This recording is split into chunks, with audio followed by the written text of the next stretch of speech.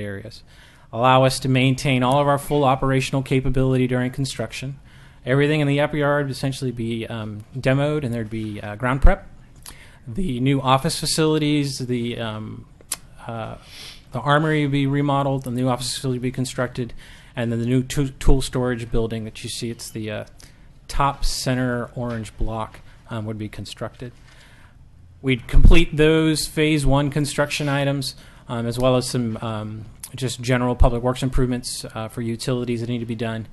Once that's completed, we'd be able to shift our full operations to the upper yard, as well as utilizing some of our other public works sites that we have throughout the city, and then redo the entire lower yard, the barn area, as I call it.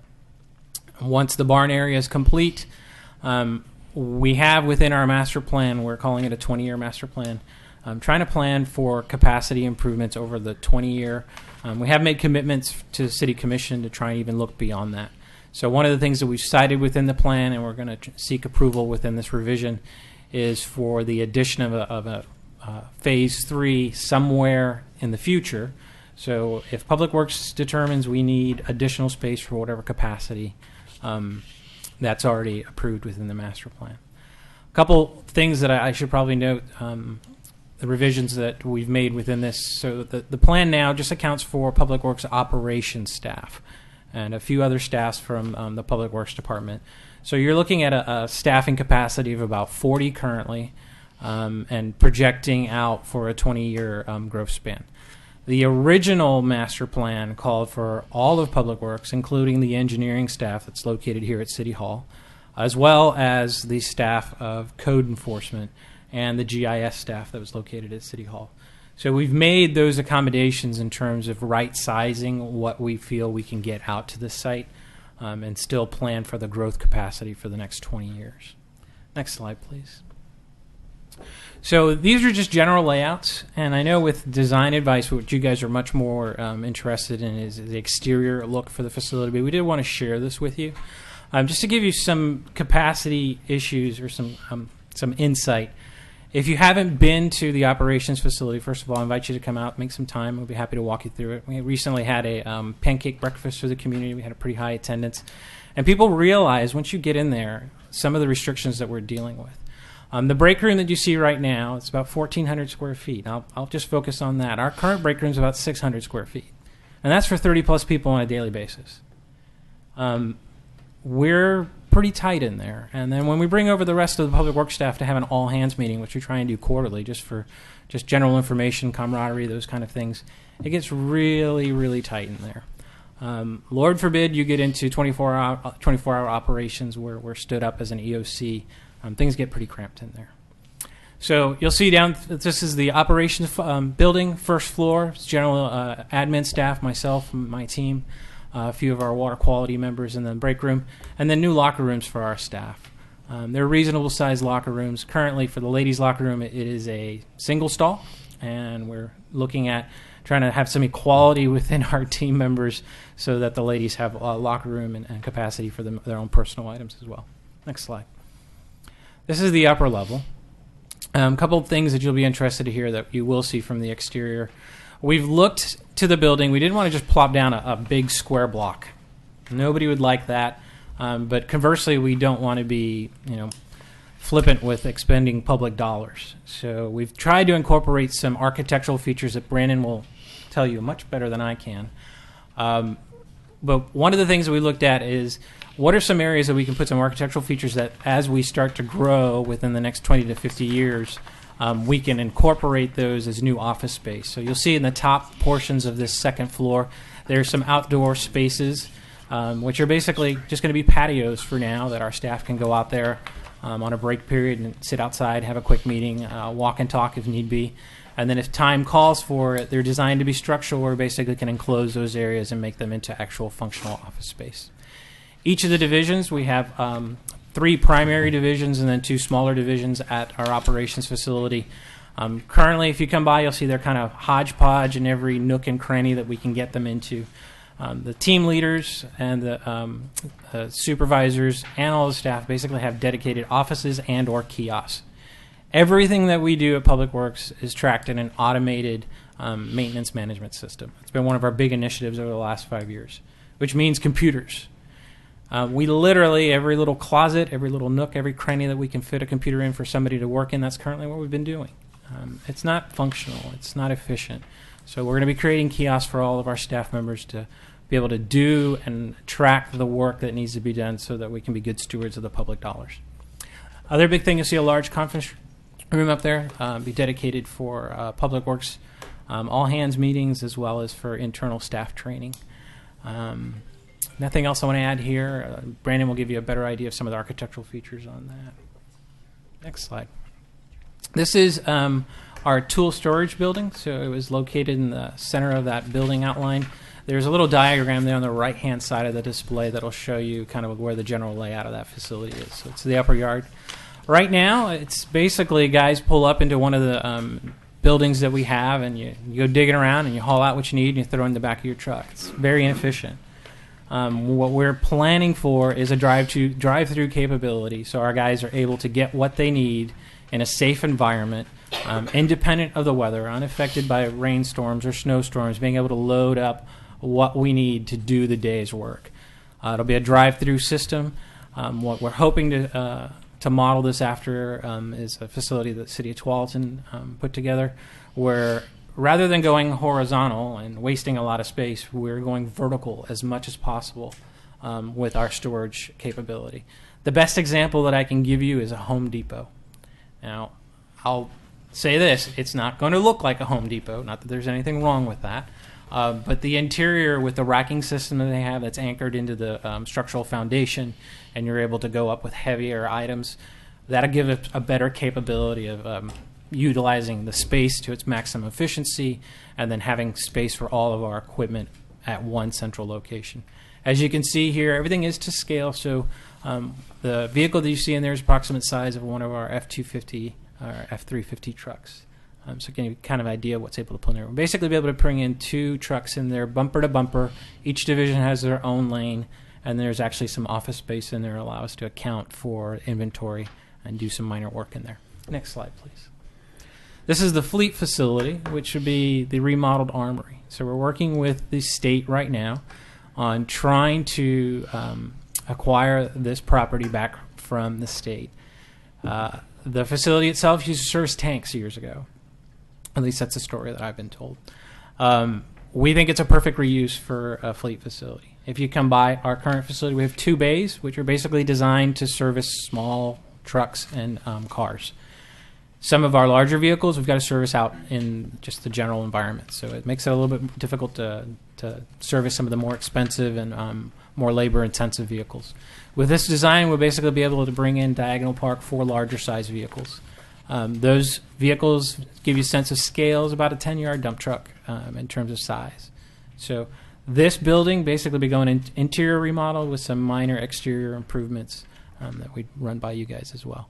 Also moving some of our shop capability, so a weld shop, a sign shop, and just some general working spaces would be the rest of the space that we would build out inside of that site plan.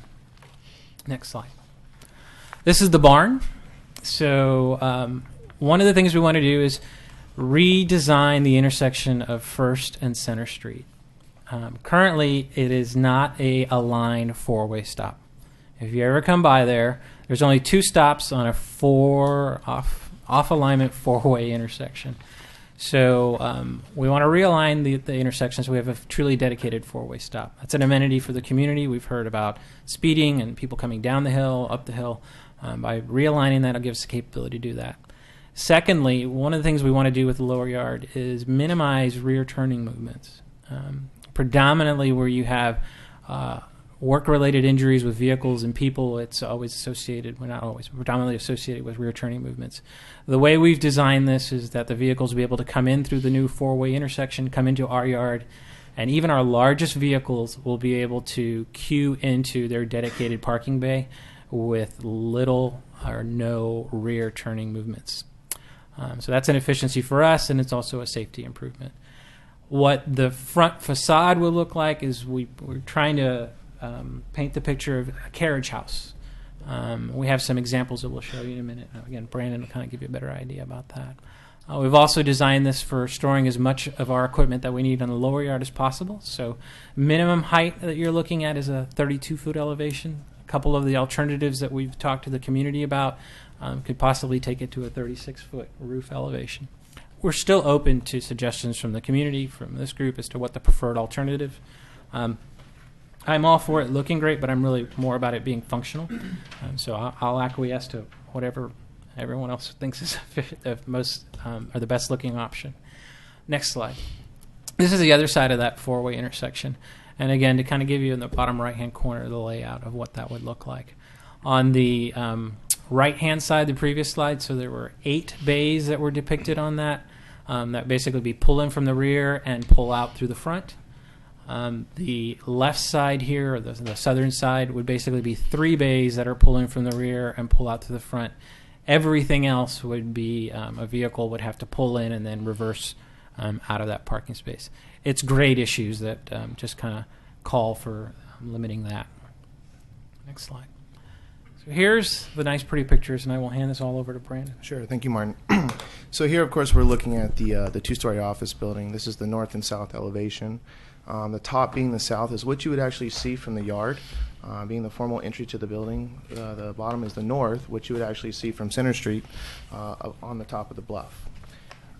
Basically, what we've been asked to do is provide a contemporary modern building, meeting the needs of the Public Works Department, while also holding up to the integrity of the neighborhood and meeting the historic guidelines.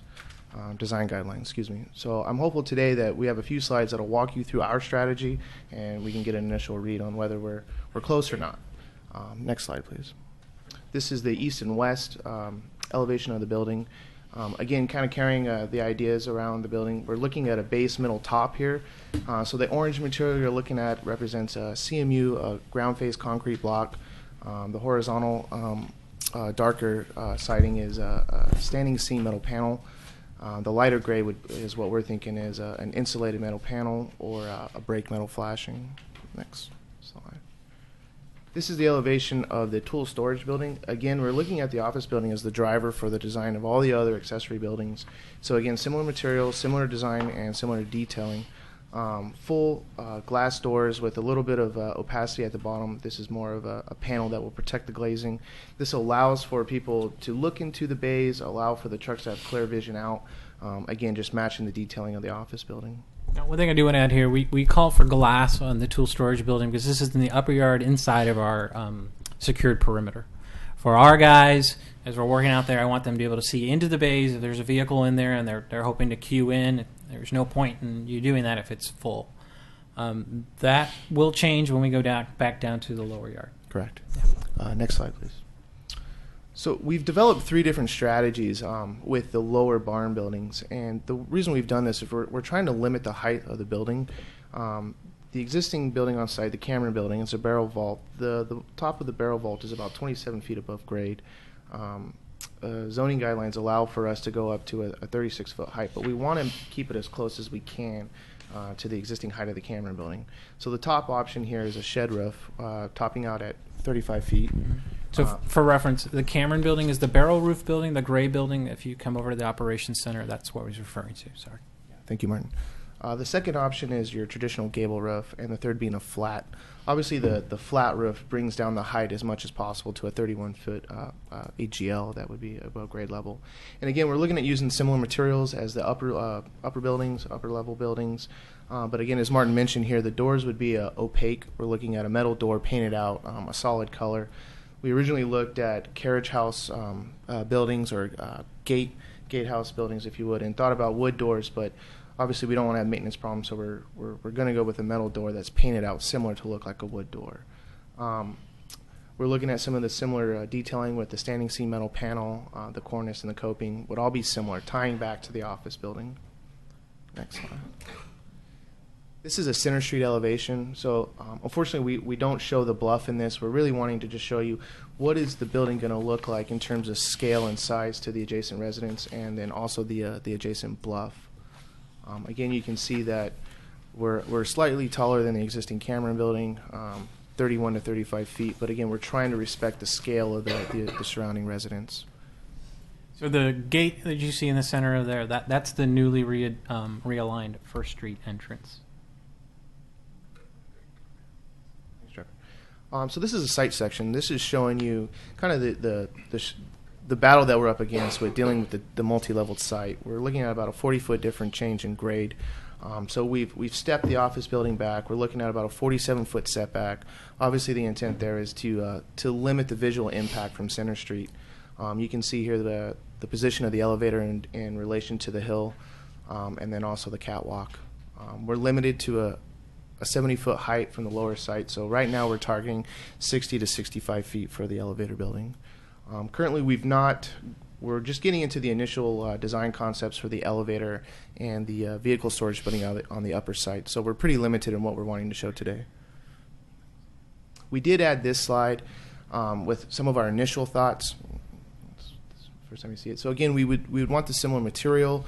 We want the top of the elevator to appear as a light element. Obviously, this is going to be the most prominent element that you see from anywhere around the site. And then obviously a platform or covered walkway getting you to the elevator. We want to limit the amount of structure that we're dropping from the platform to the hill site. So we'll be cantilevered off the hill and attaching to this tower. We're also looking at using the tower as a means to bring utilities to the upper level site. We feel this is probably the most efficient way to deal with the utilities at this point. Next slide. So the connection to the lower site, like we've mentioned, is an elevator. So we're looking at this covered breezeway that gets you from the office building to the elevator. And we look at this as potential opportunity for educational plaques, maybe some art, stormwater planters, and obviously a covered canopy here. So the images on the lower portion of the slide just kind of give you an idea of what these elements could potentially look like. By no means have we designed these out yet. Again, we're in the initial concept stage. Next slide.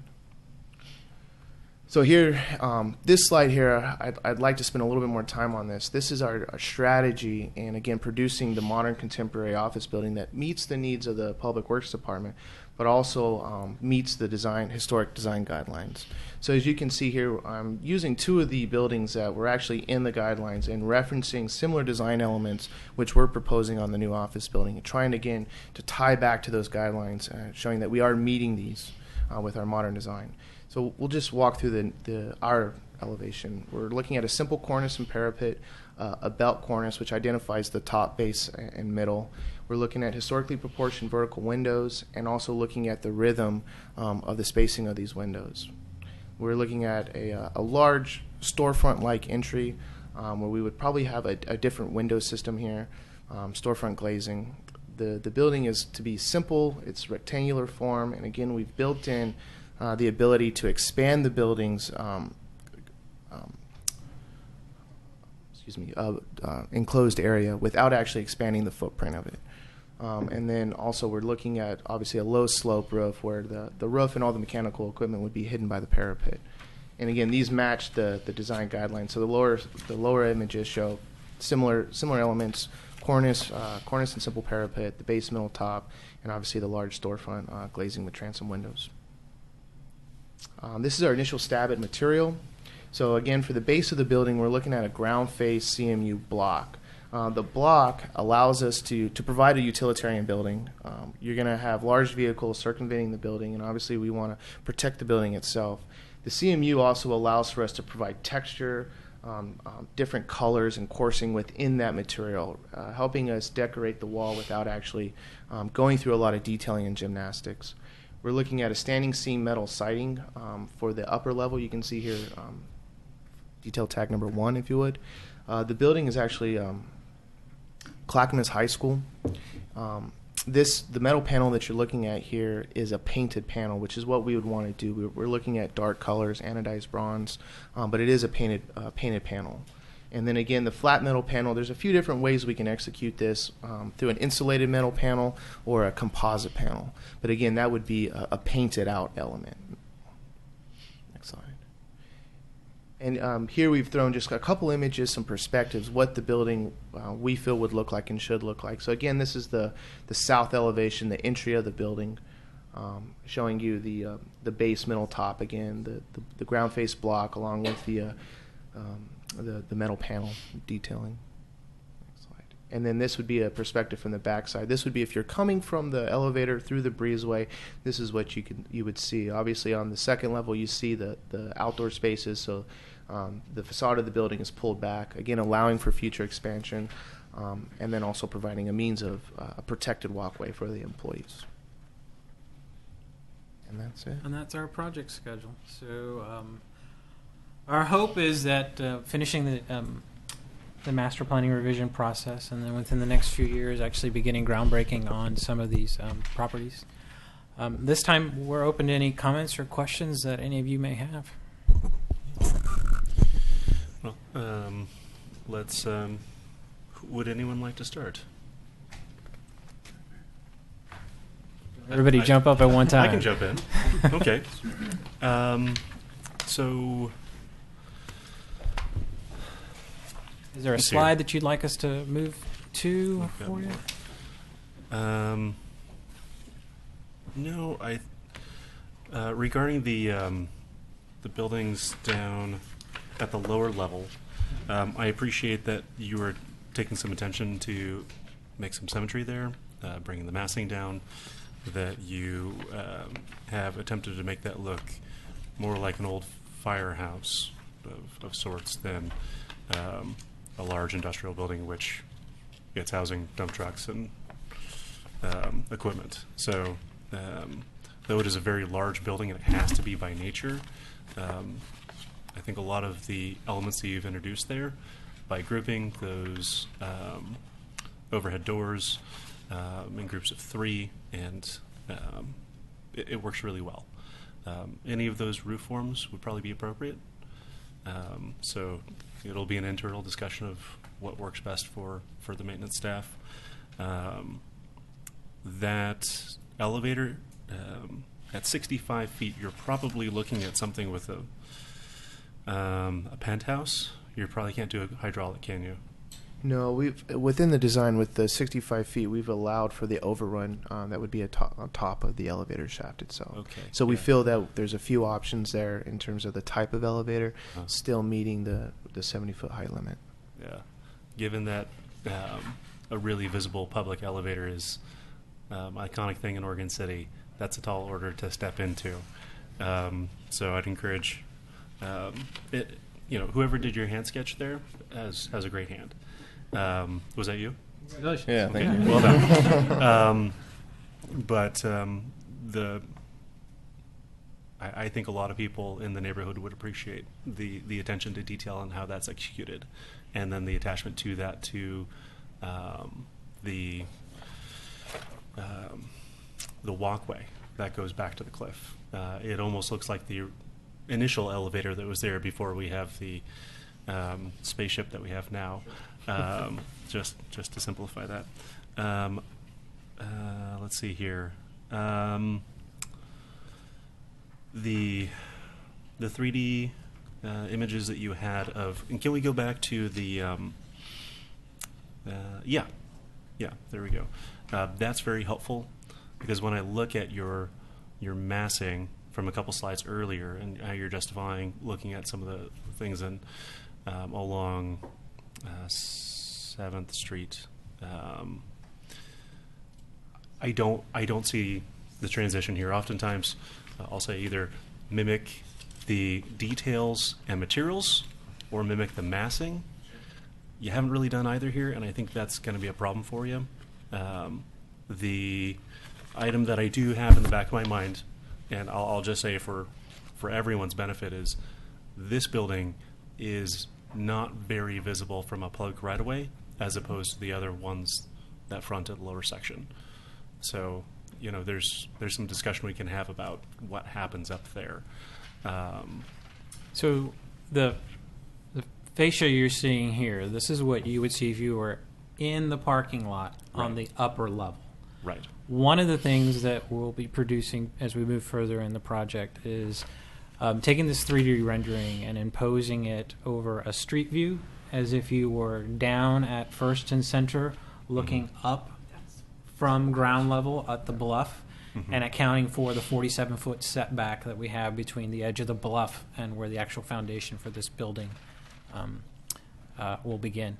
We don't have that product for you yet, Right. but it's something that we can share with you at a later date.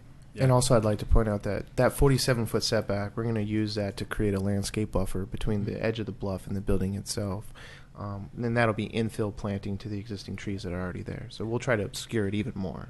Okay. And regarding trees, because I might have omitted that. So we've got an extensive tree survey. As many of the trees that are salvageable and that are healthy, we intend to retain as many of those as possible. There are a few trees up there we've already taken measures to try and secure the health of them. So we're trying to minimize tree impacts from the overall site design. Yeah. And though I appreciate that as an excellent strategy to complement the building, I would encourage you not to use that as a way to integrate a building that doesn't fit. Okay. And I can tell that you are using a lot of materials here that are suited to something that's going to get a lot of use and abuse and needs to hold up. Still go back to the design guidelines and take a look at how those fit. Because really, I don't necessarily want to tell you what to do. I would like you to tell us why you're making those decisions and why they're the correct decisions. Okay? Definitely. And thanks for keeping the old armory. I've been in there a few times. I've imagined some tanks in there. It's an awesome building. And So I do want to put one item out there, because I've mentioned this before in other public forums, so it's not a secret. We're currently working with the state to acquire the armory and renovate it with the building as intact as possible. The state's doing an environmental review of the facility, and they've done business practices in there in the past that may require us to reimagine what we can do with that facility. So I will put that caveat out. It is something that we're trying to achieve. We had a conversation with the state today on what their latest information is, and it's still a question that's not fully answered yet. sure. Well, I won't hold it against you if you save $1 million of Yeah, I won't either. the public's But, money in order not to save the building. to It'd get be out a a great whole bunch of- repurpose for us and a cost savings. But, But if there are other environmental issues that we can't overcome, then we'll have to take that into consideration and we'll come back. yeah, I think it's a nice marker on the edge of the Waterboard water park? board. Yeah. Yeah, that Agree. That would be nice to keep. All right, I'll pass it along. Well, you covered the one I had, which was the basic incompatibility between We the. can't hear you. Sorry. Derek already covered the question that I had about the design difference between the lower building and the upper building, so I'm going to let it stand at that. And I think they're far, I think the lower building mass has a lot more impact on the neighborhood and, should be looked at a lot more critically than the upper area. And that's one of my questions is, you set it back 47 feet approximately. It'll be interesting to see, because we don't have that really here, to see what the impact is, what the visibility, excuse me, the visibility of it from down below, which is where most people, will see it, and the impact that it will have, mass, as far as mass and, the structure itself. And then you will use some landscaping to visually, soften some of that. But again, like Derek said, don't use that as an excuse. And then as far as the, excuse me, the Armory building, you have inspected it. I mean, they've let you go in. I mean, and I know that until you get behind the walls, you don't, and start inspecting it more. So that could. Structurally, the building does not have any issues that we're aware of. Okay, it's just the environmental. Environmentally, Yeah, exactly. because of previous practices, it's still a question that's out there. The state's currently But I'm conducting sure a that phase you've 2 site identified assessment. some of, there's probably some, environmental things. And there was another question I had. And as far as the three, what is it for the tools? I don't know. It's a lot of stuff to digest. The three different options as far as the For the barn roofing? Yeah, Okay. yeah. I kind of, prefer the top one, the shed roof Shed roof? option. That's just my preference, even though it is, I believe, the tallest. But then that is, and that's with the bluff behind it, right? Correct. Okay, so I mean, it's not like it's going to be, sticking way out there all by itself. So we've shared this with the McLaughlin neighborhood and a couple other I was community there. groups. And the comments we've heard is gable roof, the middle option, was Mhm. what people seem to like the Like most. more? Okay. I'm utilitarian. Flat roof option is great for maintenance and taking care of it. A flat roof option is myself, but again, I'm not concerned about the Yeah. roof style. I'll go whichever way the wind blows on this one. Right. But the predominantly we've been hearing the gable roof Gable. option. The mid is the preferred. Okay. Okay. It's just me. And Brandon, I'll throw one more thing out to you. I see that you are drawing from the Carnegie Center and the recent build out there.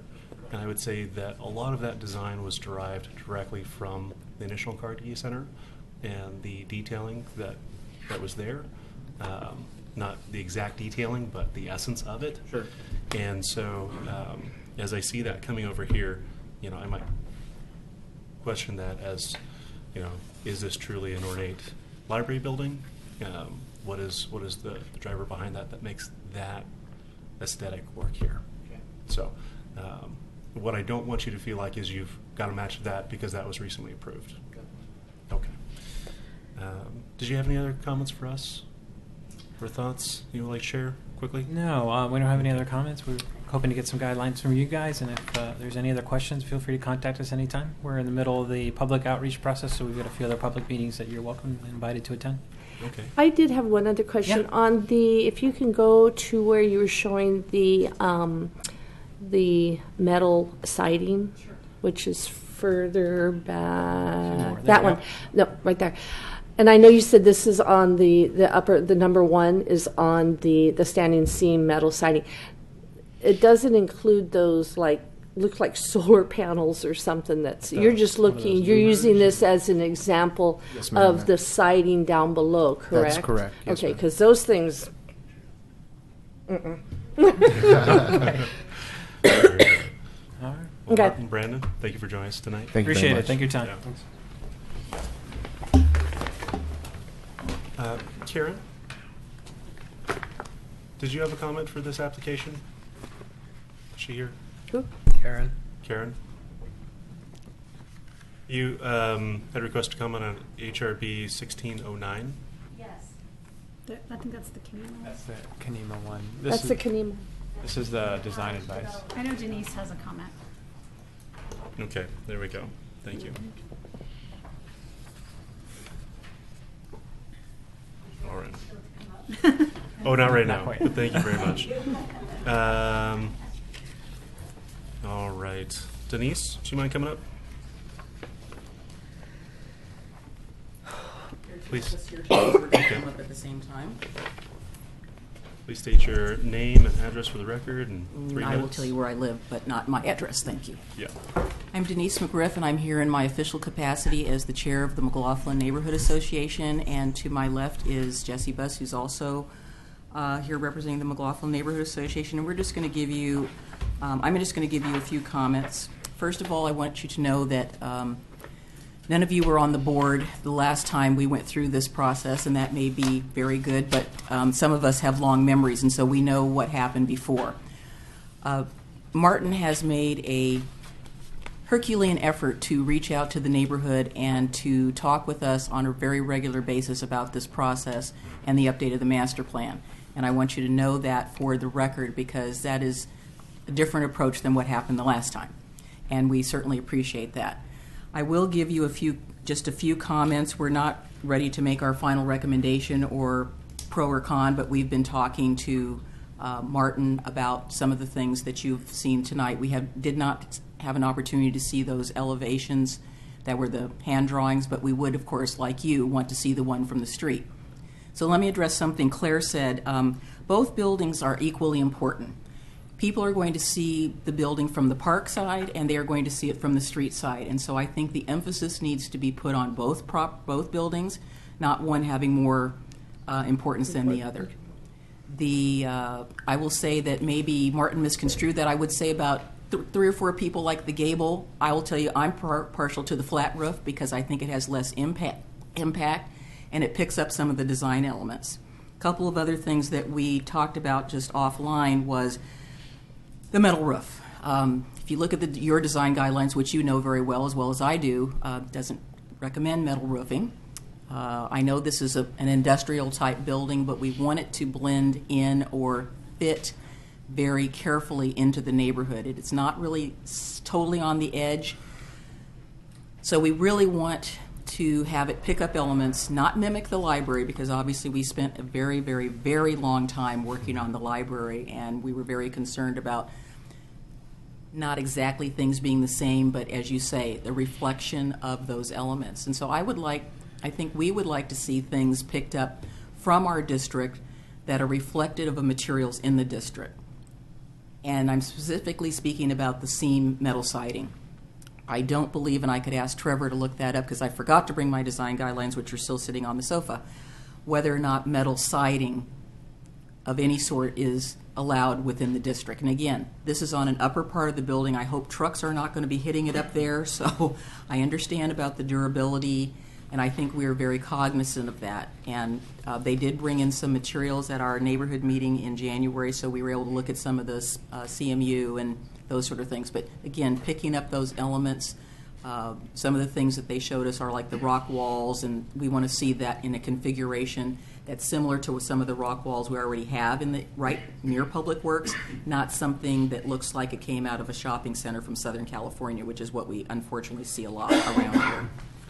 The other thing that I would say is that Denise, I'll say that was 3 minutes, but there are 2 of you, so you get 6. Yes. So anyway, so I just want to give some very general comments.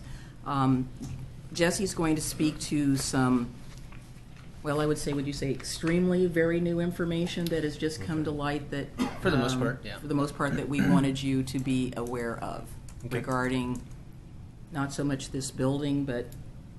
Sure. Thanks, Denise. Trevor, could you flip back to the existing conditions aerial, please? Thank you. While he's doing that, I am Jesse Buss. I'm the treasurer of the McLaughlin Neighborhood Association, and I'm commenting on my own behalf as well. I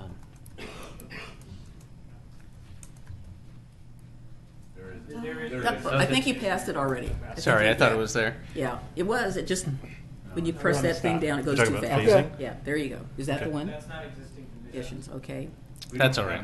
There's not in there. Okay, my mistake. Well, maybe that other one that had. It's fine. those That buildings. one was fine. Yeah. Whatever's fine. one? I'll just explain it. That one? So, That one. that'll work. Yeah, that'll work. So I understand that staff has forwarded to you documents sent yesterday from former Commissioner Nacita to Public Works and to the HRB. And I don't know if you've had a chance to review them, so I'll quickly summarize and for the record as well. There are 2 buildings, I believe they're identical in dimensions and design, that are currently in what McLaughlin Neighborhood Association calls Lower Waterboard Park, what Public Works refers to as the Upper Yard, and which is currently in dispute and litigation. Probably most of you know that. And although in 2015 I submitted to the record some minutes from 1947 from the Oregon City Commission referencing these 2 buildings and Camp Adair, I don't think anyone at the time really knew the significance of that reference. Those minutes were included by Mr. Nacita as well as his newspaper articles from the Banner Courier newspaper, which was a local paper for a long time, including in 1947 when those articles were written. Combining the Oregon City Commission minutes from 1947 and those old newspaper articles and the photos, it's very clear that those 2 buildings in Waterboard Park, Lower Waterboard Park, or the Upper Yard, are former officers' clubs from Camp Adair. Now, what is Camp Adair? I didn't know. Now I do, because I've watched this video, which is available at the public library, and I'll be returning tomorrow if anyone wants to watch it. The author also wrote a book of the same name. It's just called Camp Adair. Camp Adair was Oregon's World War II training facility. It was just north of Corvallis, and at the time of World War II, it was Oregon's second largest city, with 40,000 people living there at any given time. It trained approximately 130,000 soldiers over a couple years, and upon the end of World War II, it was quickly dismantled. There were 1,800 buildings estimated there during the war, and only 5 remain to this day. Multiple chapels that were there have been moved to various cities like Lincoln City, Dallas, and Molalla, but most of the buildings were demolished without consideration for preservation. These 2 buildings in Oregon City may be the only officers' clubs that survive Camp Adair. There may be others, but I'm not aware of them. Again, I don't believe anyone's been aware of this until now, because the 2004 Historic Resource Inventory form completed by the city preceding the 2005 Public Works Master Planning process describes these 2 buildings as having been built in approximately 1930, which is about 12 years too soon, and makes no reference whatsoever to Camp Adair. These newspaper articles have not been scanned in. They were found by manually going through microfiche, so that probably explains why it was hard to find until now. Is there, I'm sorry, but time is up. Is there another point you'd like to hit on? Yes, the ultimate point that I would like to make, having had to lay that groundwork, is that given this new information, we're requesting that you, the HRB, under the authority given to you under the municipal code, formally move to protect those structures as designated historic structures, because previously they were considered to lack distinction. And with this new information, they are certainly eligible and should be protected, and at the very least, more investigation should be done into that. Thank you. Okay. Thank you, Jesse. And we just wanted to wrap up by, again, publicly thanking Martin and the folks from DECA for all of their work, and we look forward to future collaboration. We actually have a couple of meetings coming up that we'll be meeting with them. And again, just to let you know and the public know that this has been a very good and collaborative process, and that's really important to us and to the city. Yeah. And Jesse, just to say that I respect your comments, I worked on a master planning effort with a large group of people for Adair Village, which was formerly Camp Adair. So very familiar with the community and their resources and their effort for the war. So thank you very much. Thank you. Yep.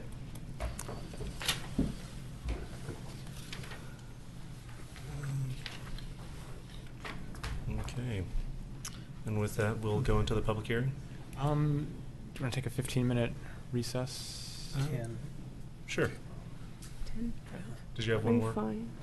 No, I'm just going to ask if we could have the applicant come back up and A talk. 10-minute, we can shorten it up a little bit. 10-minute Concerns recess because about we have the two a buildings. lot of people here. Have they done a survey of them? Have they looked at Well, I don't think we need to do that for design advice. Do we need to bring the applicant back? Because they're not truly an applicant at this point in time. No. Okay. Okay, but thank you for bringing that up, Ken. Okay, with that, we'll take a 10-minute recess, and we'll reconvene at 5 after.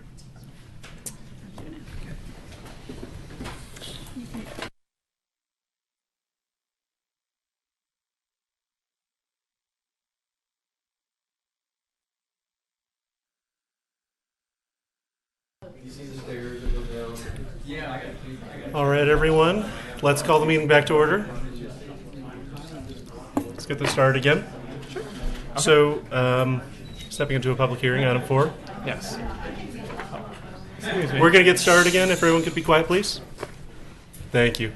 Okay, so the next item up is HR 1602, which is a request to construct a new single-family home in the Kenema Historic District. And as you can see in the slide, the subject property is currently undeveloped, located on the north side of 4th Avenue, approximately one parcel removed from the northeast intersection of 4th Avenue and Mill. Additionally, this subject property is inundated by the geologic hazards overlay throughout the entire parcel.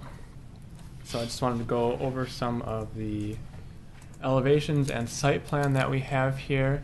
So the applicant is requesting a 0 lot line front setback. So the front of the house will basically be on the front of the property line, or the front property line on the south side. And this is due primarily because of the steep slope that is the north side of the property. They were trying to move this building as close to the front close to the property line as possible to kind of reduce massing and build on a more level ground. Okay, so here are some of the elevations for the proposed single-family home. It's being proposed in the Kenema vernacular style, which is, let's see here.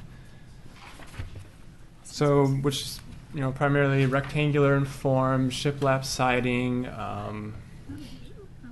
period-appropriate windows. The roof has a slope greater than 8 to 12. I believe the applicant said 10 to 12. Oh, shoot. Okay. I'm sorry. I jumped into this one. We'll get to that. We'll kind of jump back to that one next. Okay. Can we put this one on hold for a second? I accidentally skipped this one. So actually the actual public hearing that we're on is the HR 1609, which is the, sorry about that. Oh, yes, and we do need to open the hearing formally as well. Okay. So at this point in time, I'm going to read an opening statement. We'll now commence the public hearing on agenda item HR 1609, request for approval of proposed cottage housing homes. The criteria for approval of a land use action are contained in Chapter 17 of the Oregon Municipal Code. The proposed development must comply with the applicable provisions contained in the City of Oregon City Comprehensive Plan. Generally, unless otherwise noted, if a request is found to be consistent with the municipal code, it is considered consistent with the comprehensive plan.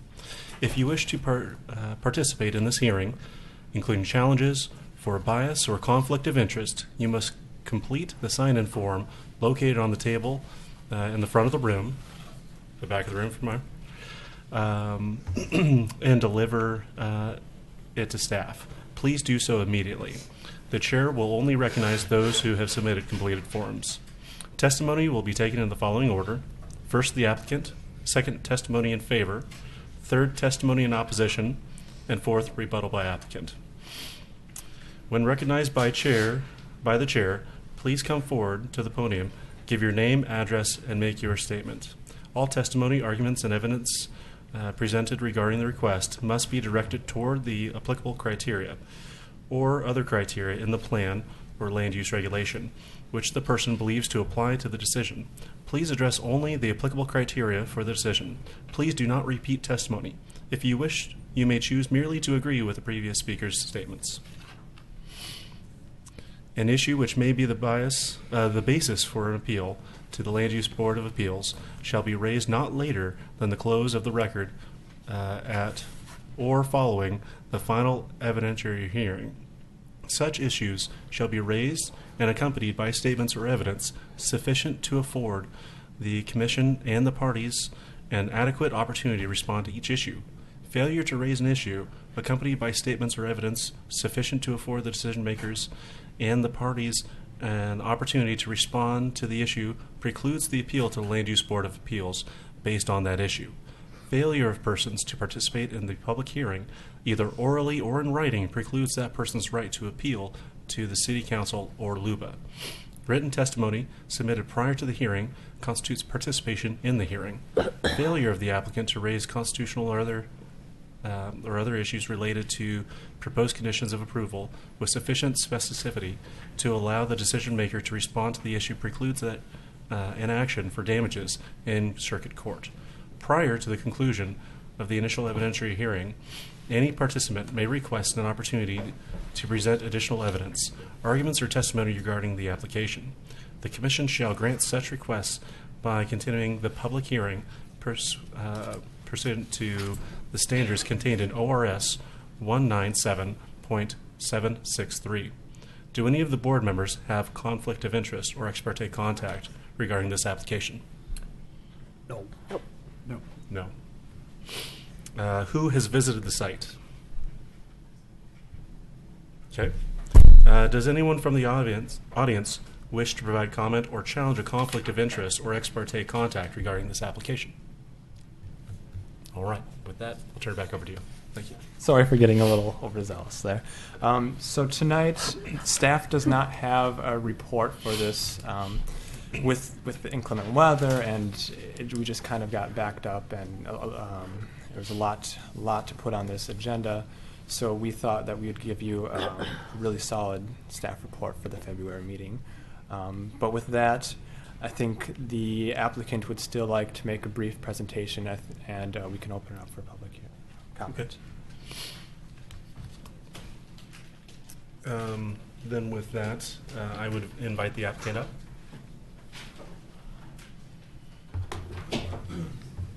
This is the one that just came up. Okay. Hi, how you doing? Hello. My name's Chris Staggs. I currently live in Garden Home, and I am the applicant for this project. I'm going to try to wrap a lot of information into a brief period of time, and I'll be honest about my. In terms of the hearing being now spanning, we're starting tonight, but we're really going to finish the next time. One question I have is, will I have an opportunity the next meeting to also make statements? Yes. I will, okay. And will there be the same public comment at the next meeting as well? Mm-hmm. Okay, great. So it'll basically be a repeat of tonight in a way. Yeah. Okay, great. Actually, Trevor, I was thinking that I would use the historic application that we submitted, that document for this. I'm going to be referring to that document.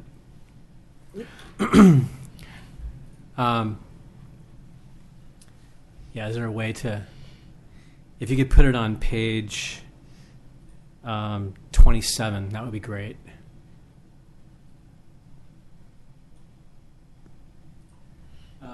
So while we're getting that set up, I'd like to just first thank the planning department at the city for working with us over the past several months. We've been working closely with them on this project, and in many ways the project has been shaped by our collaboration in terms of the three. There's really three kind of important considerations here with respect to the city code. One is the residential building code and the cottage home development code, as well as the historic review aspect of the project. So it has those three sort of major things going on with the project, which makes it challenging and complicated. But I believe that we've done a pretty good job at taking all of that and kind of trying to wrap it into a project that works with the Kenema neighborhood and meets all of those guidelines for those three different sets of guidelines. We came to the historic design advice meeting last month, back in November, and there were kind of three big takeaways that I had from that. One was, look at the Kenema neighborhood really closely, look at what's there now, and show us examples of the Kenema neighborhood that relate to your specific design proposal. There was also an emphasis on studying the specific elements of the homes and this parking and all the sort of characteristics of Kenema, and showing the Historic Review Board and the community how we are weaving this project into the neighborhood so that it makes sense with the neighborhood.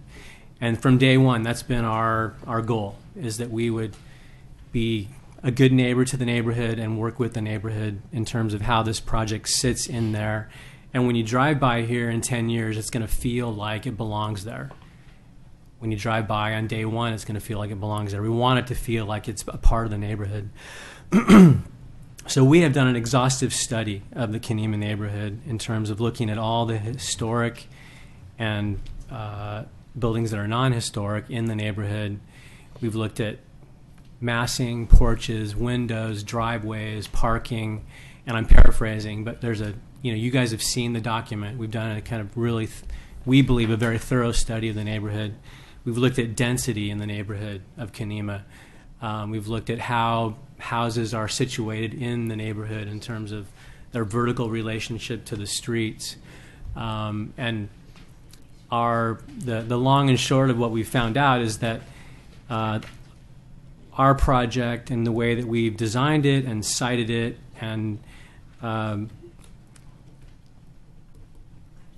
positioned the homes on the property and in relationship to the neighbors and the streets, we believe that the project is within all of the guidelines of those three categories: residential guidelines, historic guidelines, and also the cottage home guidelines. And we believe that it's in harmony with the neighborhood. It's harmonious with the Kenema character and the Kenema historic character. The project is 7 cottage homes on 4 lots. It's a flag lot that faces 4th Avenue and Miller Street. We are planning, it's considered a multifamily development, and there will be a homeowners association associated with the property to ensure the longevity and legacy of the design and ensure that the owners who own these homes eventually will maintain them so that they remain in the Kenema sort of neighborhood characteristics. There are 3 things in the HRB objectives generally that I'd like to just mention quickly. One is safeguarding the heritage of the historic character. Second is encouraging public knowledge, understanding, and appreciation of the city's heritage. And third is enhance the visual character of the district by constructing harmonious designs that reflect and support the existing character of the neighborhood. And we believe that we've addressed all 3 of those with our design. I'd like to talk a little bit now for a few minutes about the specific characteristics and things with the specific project. The first one I'd like to mention is the reduced density of our project. We know that from the residential code, for example, the residential code would allow us to build 4 single-family homes with accessory dwelling units on these 4 parcels. The cottage home development code would allow us to build 8 cottage homes on these 4 parcels.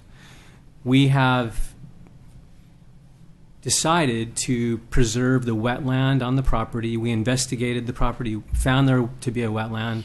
We're preserving that as a neighborhood and as a site amenity on the property. And because of that, we have also reduced the density of the cottages down to 7. So even though the cottage home development standards would allow us to build 8, we reduced that down to 7 because we believe that the openness and the open space is important. And then the site presents its own challenges in terms of topography along 4th Street. So I just want to mention that kind of for the record that we're a lower density than what is actually allowed by code. Second thing I'd like to talk about is the massing. Trevor, if you could go to page 29, please. Is there a way to zoom in on that lower part at all? Yeah, that's great. Right there would be good. Yeah, thank you.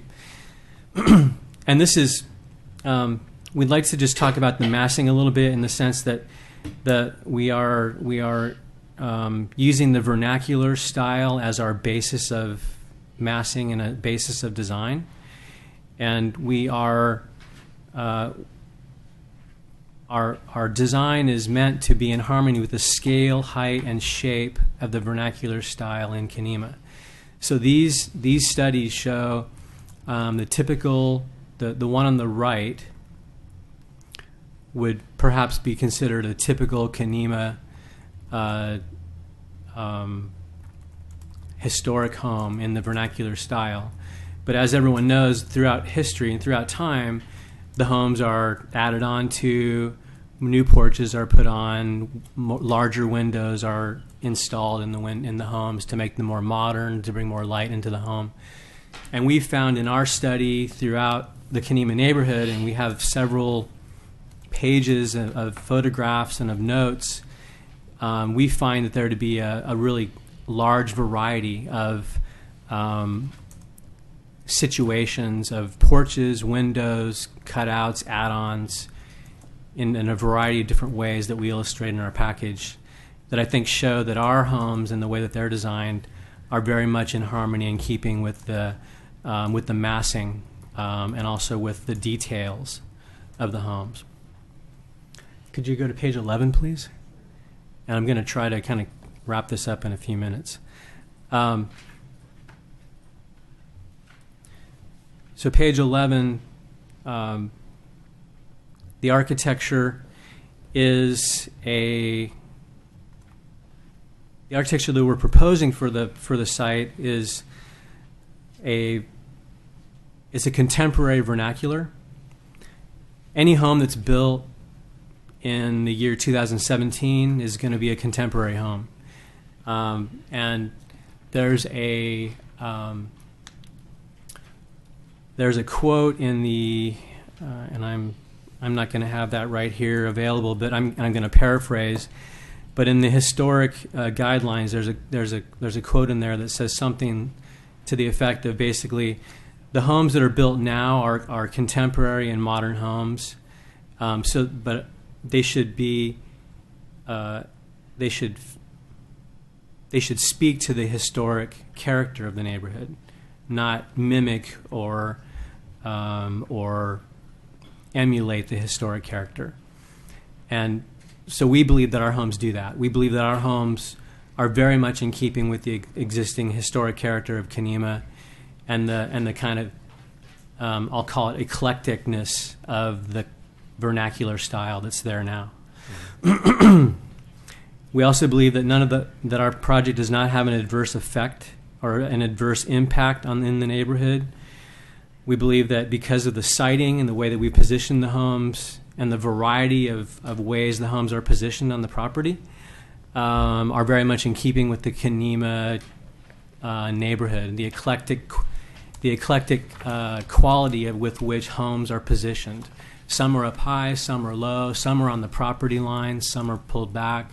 So there's a great variety of ways that homes are sited and positioned in the neighborhood.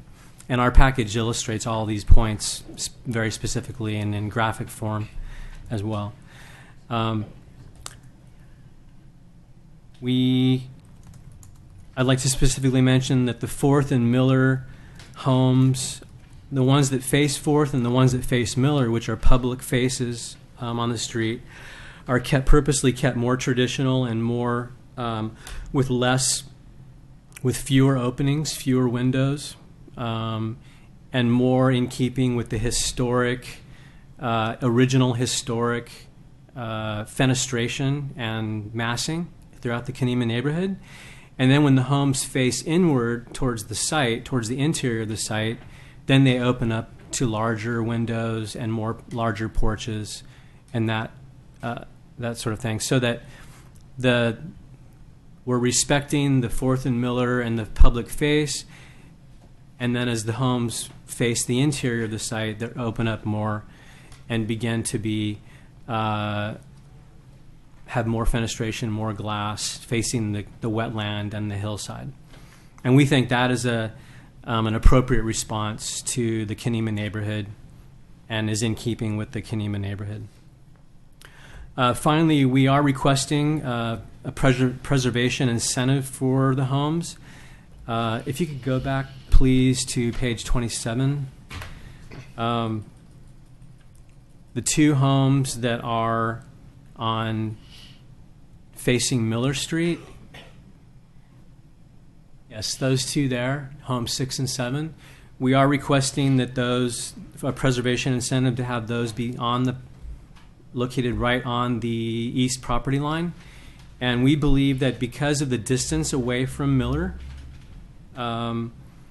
we are approximately 30 feet from the paving, from the street edge, that along with the fact that we are almost in the same alignment or distance from the street as our neighbor to the north, and then to the south, we have a hillside and a right-of-way and trees.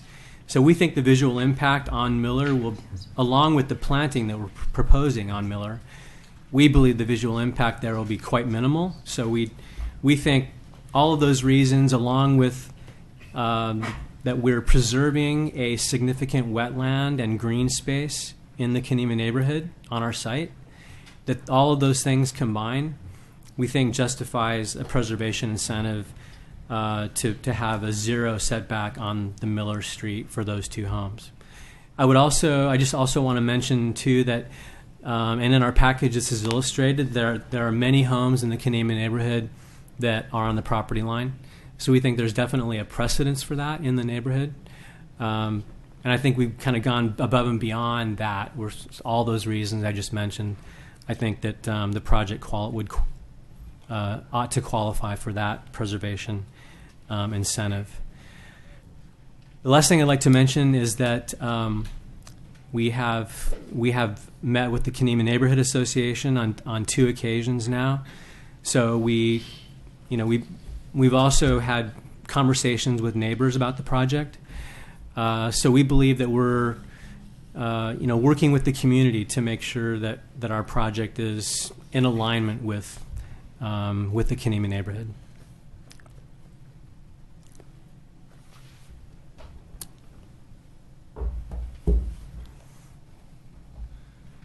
Thank you. Thank you very much. I hope that was.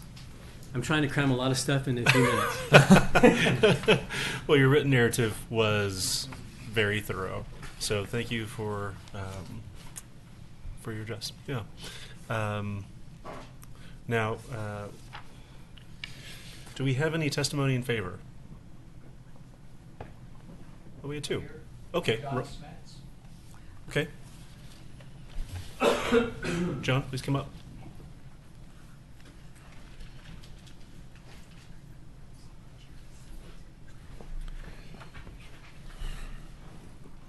Start any time?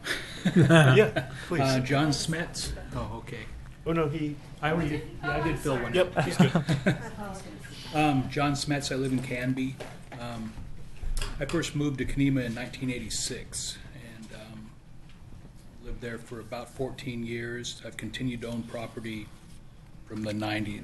Had property there from the 90s to present day. I guess I just want to say that most of the remodels, and when I first moved to Kenema, my whole front yard was blackberry bushes, and they were growing halfway up the entrance to the house. So, and all the time I've been there, I feel Kenema's only improving, and a lot of the new construction I think has been good for it. And I just want to say that I think this is going to also improve Kenema. So that's what I wanted to say. Thank you, John. Thank you very much. And Karen, come on up.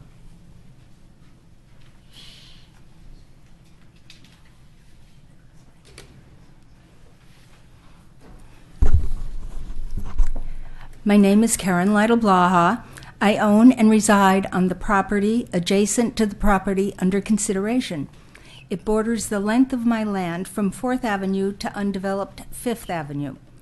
I believe that I will sustain the greatest impact from this proposal. My comments are brief, as it seems precipitous to say much prior to the completion of the staff report. Nevertheless, here's my thinking at the moment. As a result of reading the entire application, I learned a lot. It is extremely well done and well researched. I was favorably impressed. Additionally, the applicant has made himself available to discuss and clarify any part of it. This land will be developed sooner or later, and sooner is here. Cottage development is part of the city's code and allowed in Kenema, much to the surprise of myself and many others. May I even say shocked. I rely on our city's professional land use staff to sort out the myriad details and regulations to ensure a quality result, along with this board. The applicant's inclusion of an HOA has the potential of addressing several of my concerns, such as restricting rentals at any one time to a percentage of the number of cottages, parking issues, and so forth. Dense landscaping addresses my privacy and noise concerns. And by the way, I personally like the cottage designs offering light and views. Pending a look at the upcoming staff report and facing facts as they stand, it is entirely possible that this project becomes an absolutely lovely addition to our neighborhood, and I hope that that is so. I have copies of my statement for the board and staff, and if you have any questions of me or... No, thank you for that. Nothing. Okay. Thank you. It's Thanks great for- to hear from someone right next door, especially next to that parking lot. So thank you for coming today. Yes, you're welcome. Yeah.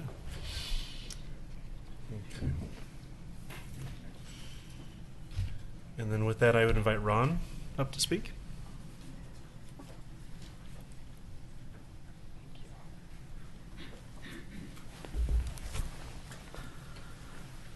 Thank you very much. Ron Beislein, the liaison for the Kenema Neighborhood Association to the HRB, and also a private owner in the home. My first statement will be for the liaison portion. We are correct. We have been approached twice at our neighborhood association meetings by the developer.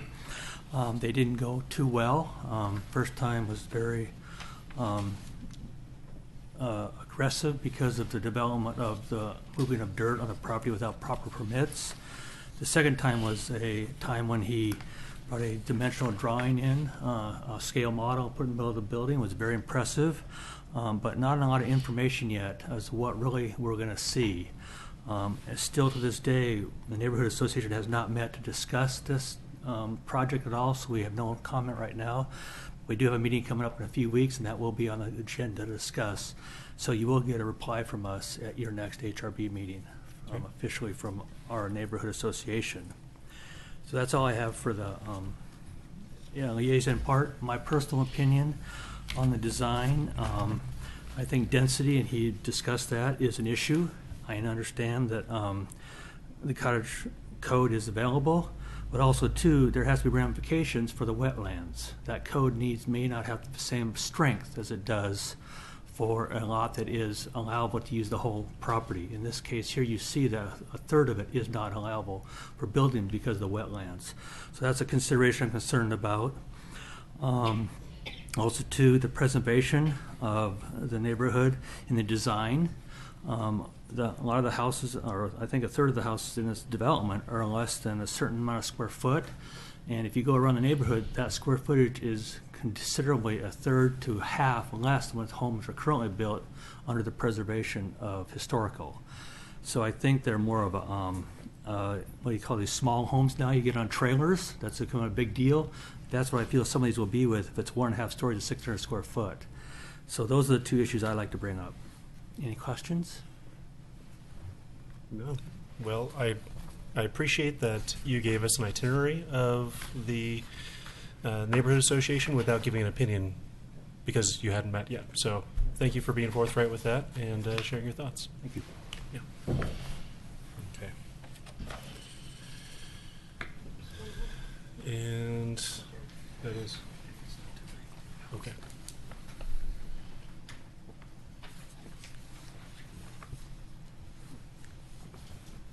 Clint.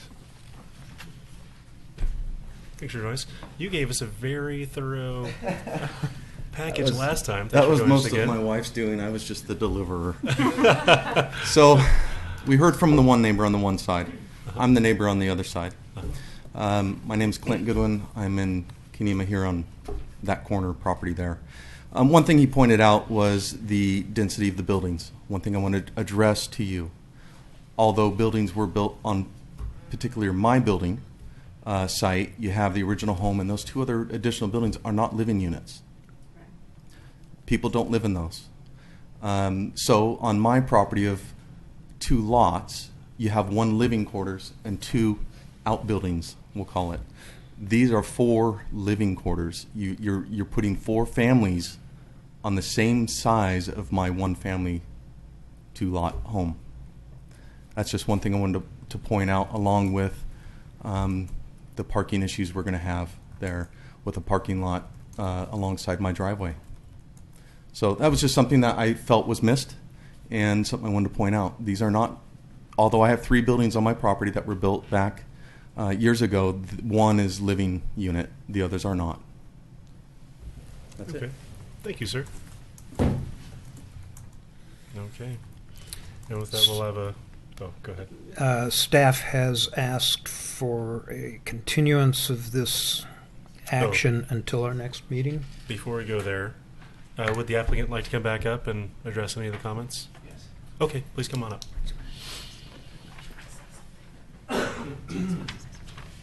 Hold on, we have one more. One more. We had one more?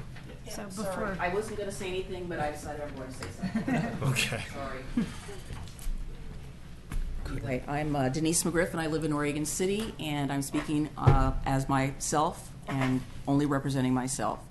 I'm not going to speak to anything specific about the design or the layout or anything of that, but mostly talking about the criteria for the purpose of the Kenema National Register District. And these are just questions I had just in listening to what I heard so far tonight. I kind of scanned the application, but I did not do a thorough review of it because I'm just interested in Kenema generally from my past work with the city.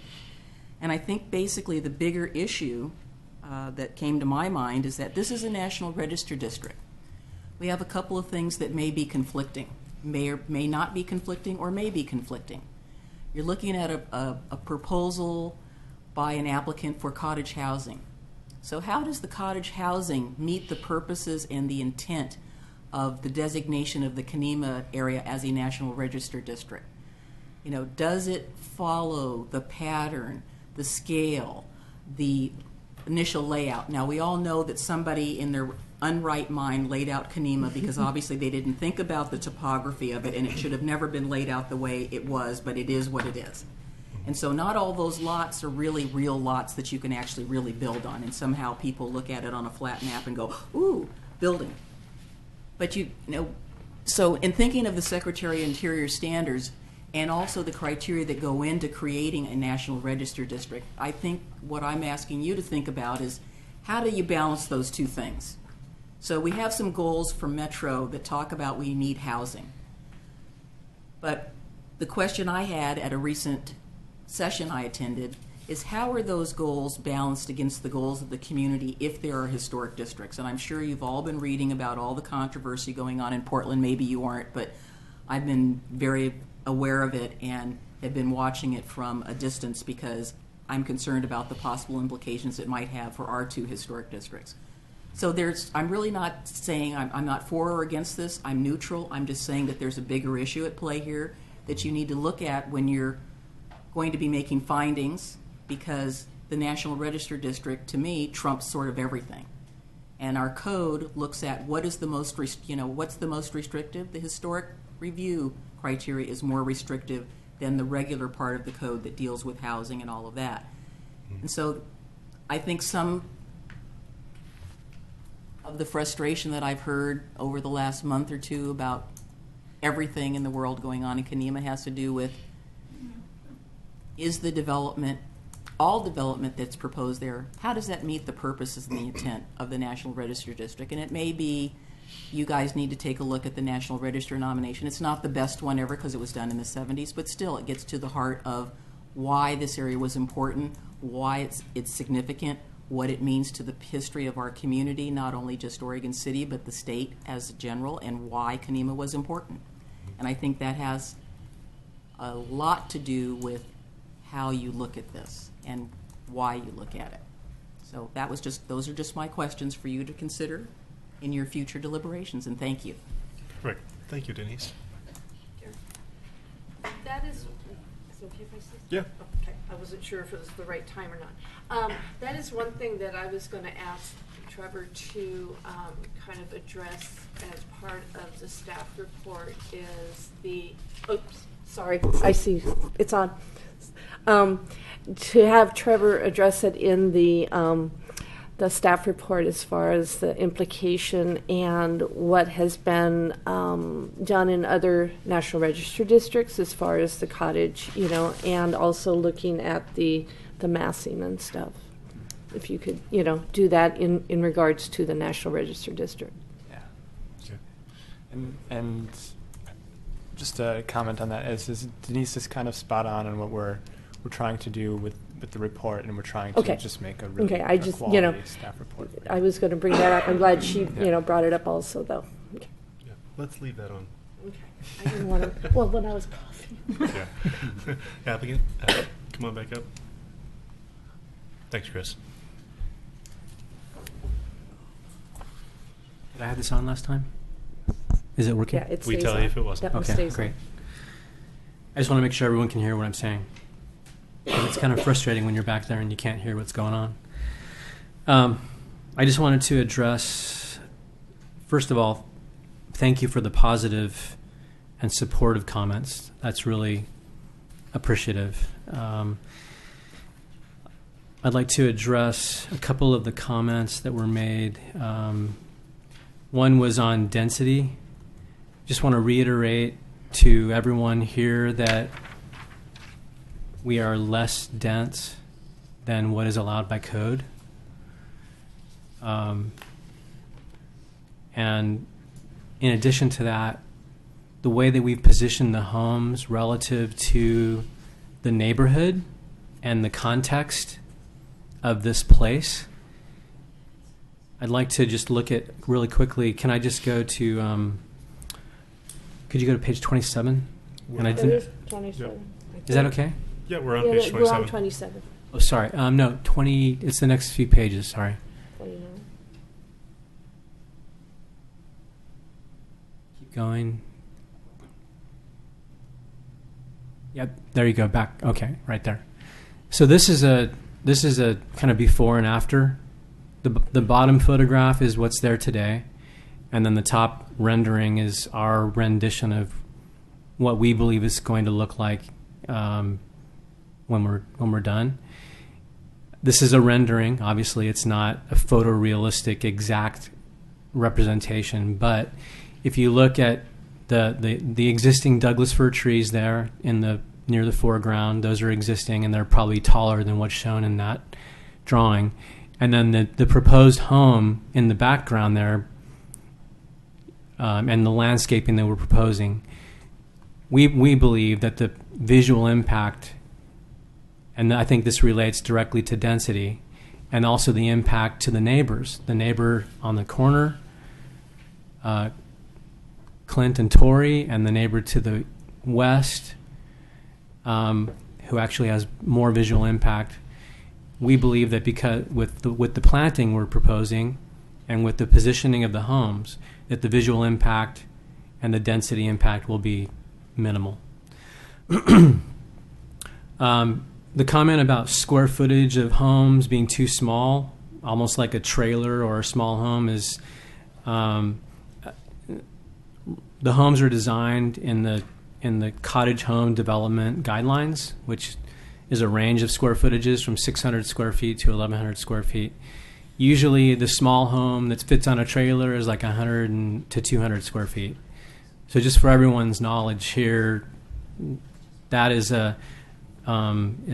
probably a little bit of an exaggeration. And then finally, with respect to the historic Kenema neighborhood and the cottage home guidelines, my understanding is that at some point, I believe it was in 2009, if I remember correctly, that the cottage home development standards were adopted by the city. At that point in time, and I don't know the details, but I would imagine that there was some kind of research and analysis and studies done to see how those cottage home development standards fit within all the districts of Oregon City. including Kenema.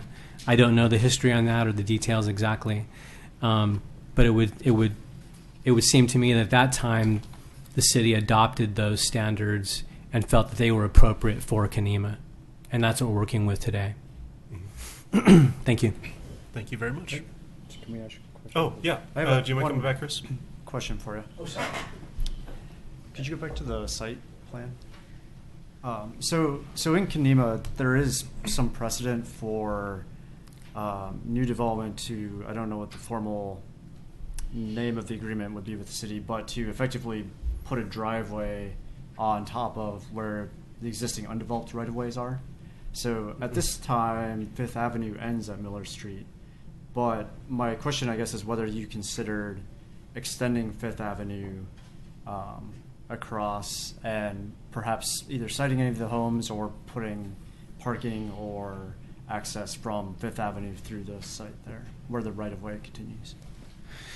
Yeah, the Fifth Avenue right-of-way is pretty challenging because it's on a very steep, the grade starts to go up significantly once you get past the south property line.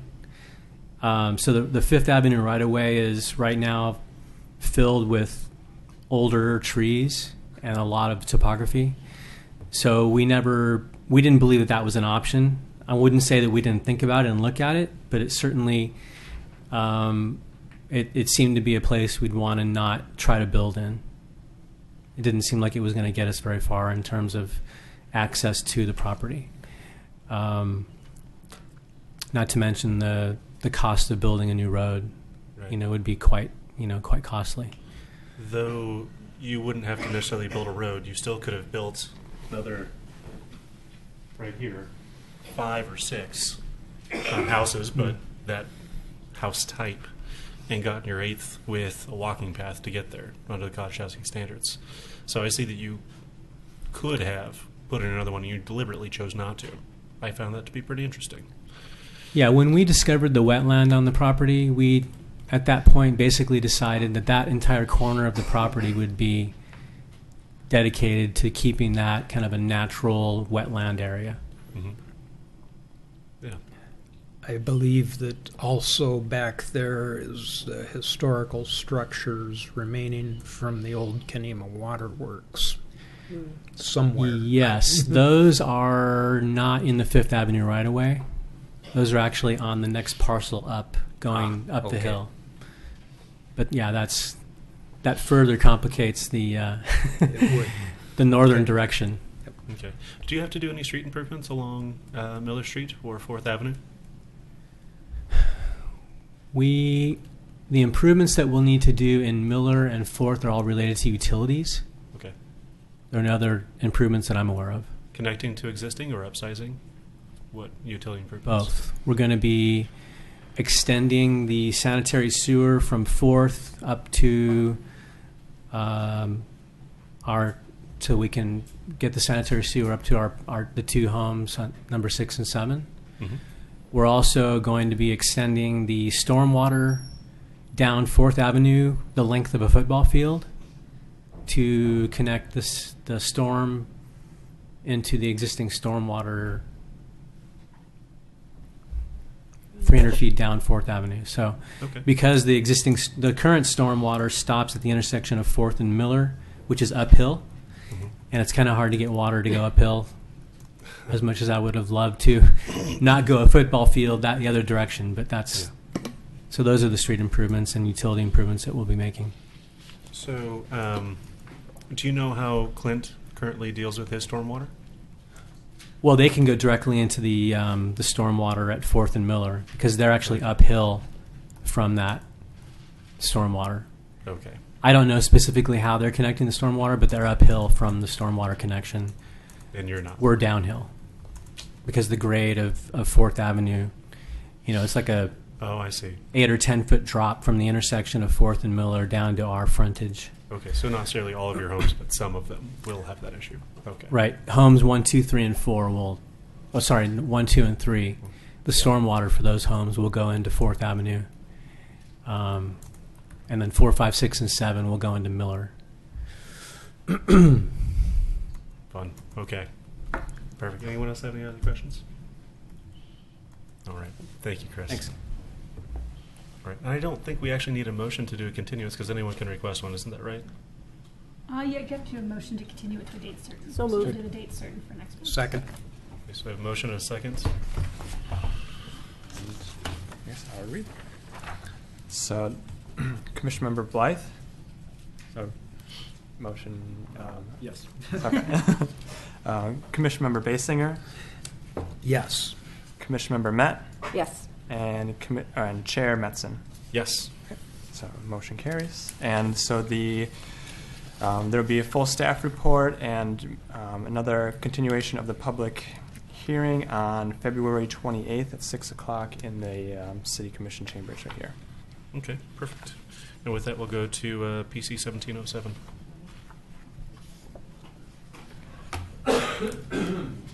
HR 1602, construction of a new single-family dwelling in the Kenema.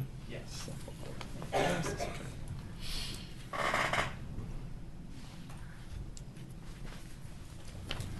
We don't have. Okay. So this is a request for a new single-family home in the Kenema Historic District, and the subject property is currently undeveloped and located on the north side of 4th Avenue, approximately one parcel removed on the northeast from the intersection of 4th Avenue and Miller Street. Additionally, the subject property is inundated by the geologic hazards overlay. Okay. So the current proposal, the applicant has the site plan that you're seeing now. The applicant is requesting to build a brand new single-family home in the Kenema Historic District. The current parcel is vacant. The parcel slopes from the south side down towards the north side. And the proposed driveway would be in the public right-of-way. So another thing to mention with this is that through the design review process, the applicant is now requesting, has preservation incentives to locate the home on the south property line, and that is in an effort to reduce massing and more or less create a more stable foundation for the home. So the current proposal for the home has been designed in the Kenema vernacular style, which includes a shiplap siding,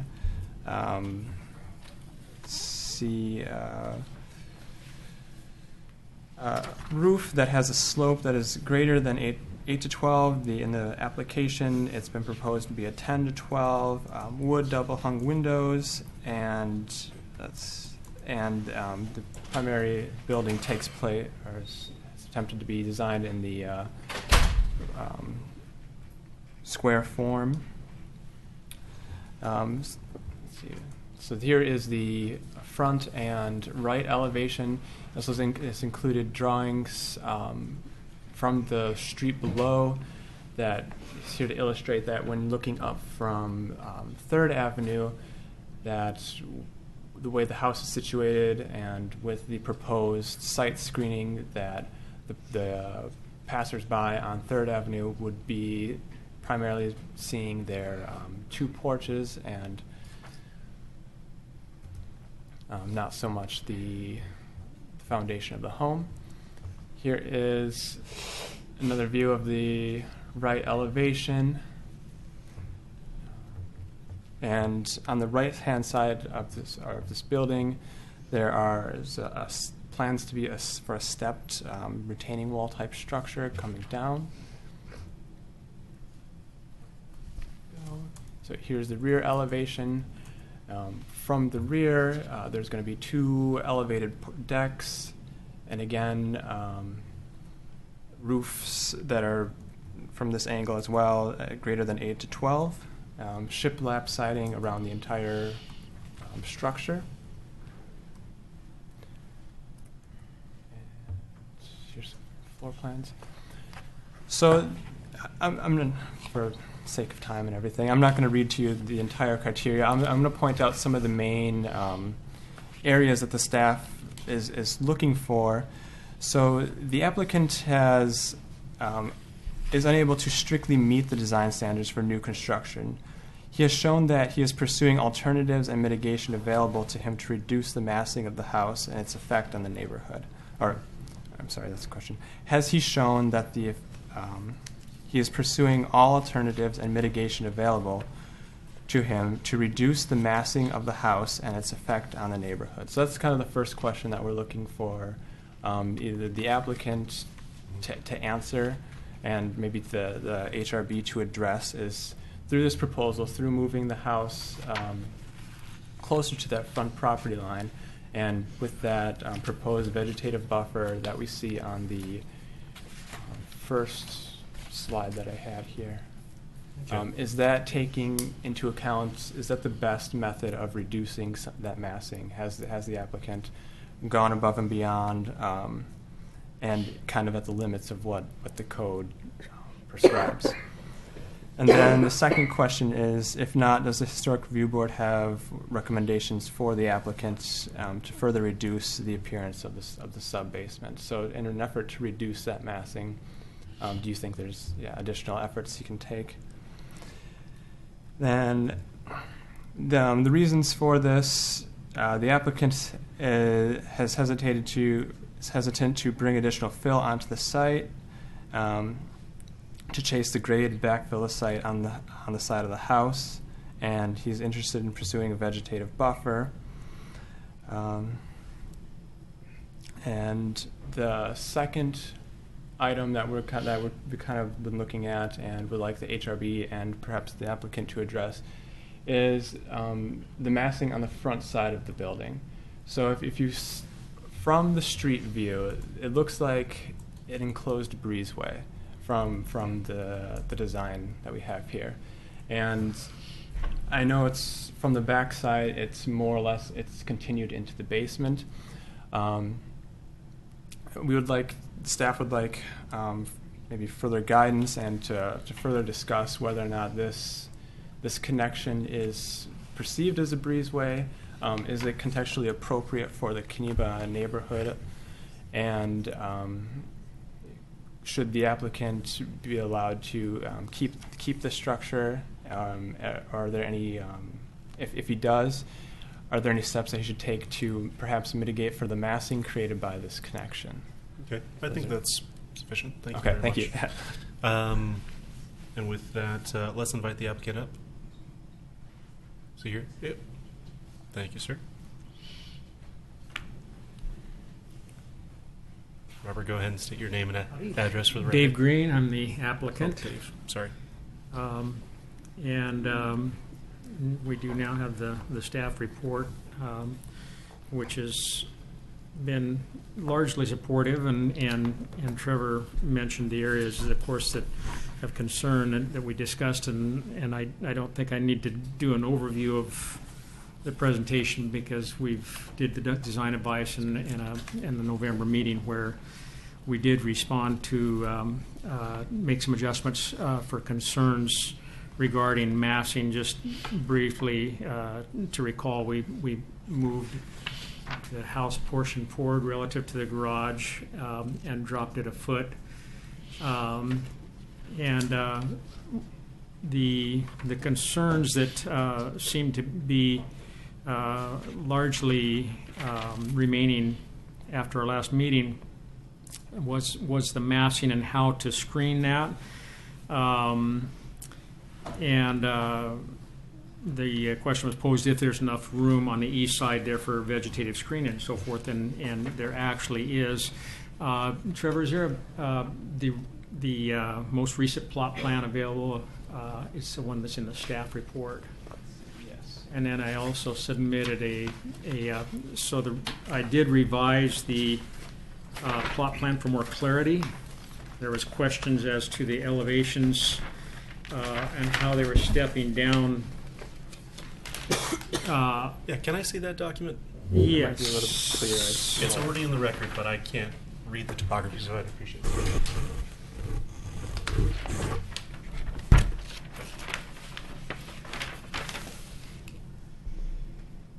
essentially the intention and the designer didn't really reflect it initially on that original plot plan was to have rockeries that would step down in about 3-foot increments around the east side of the house.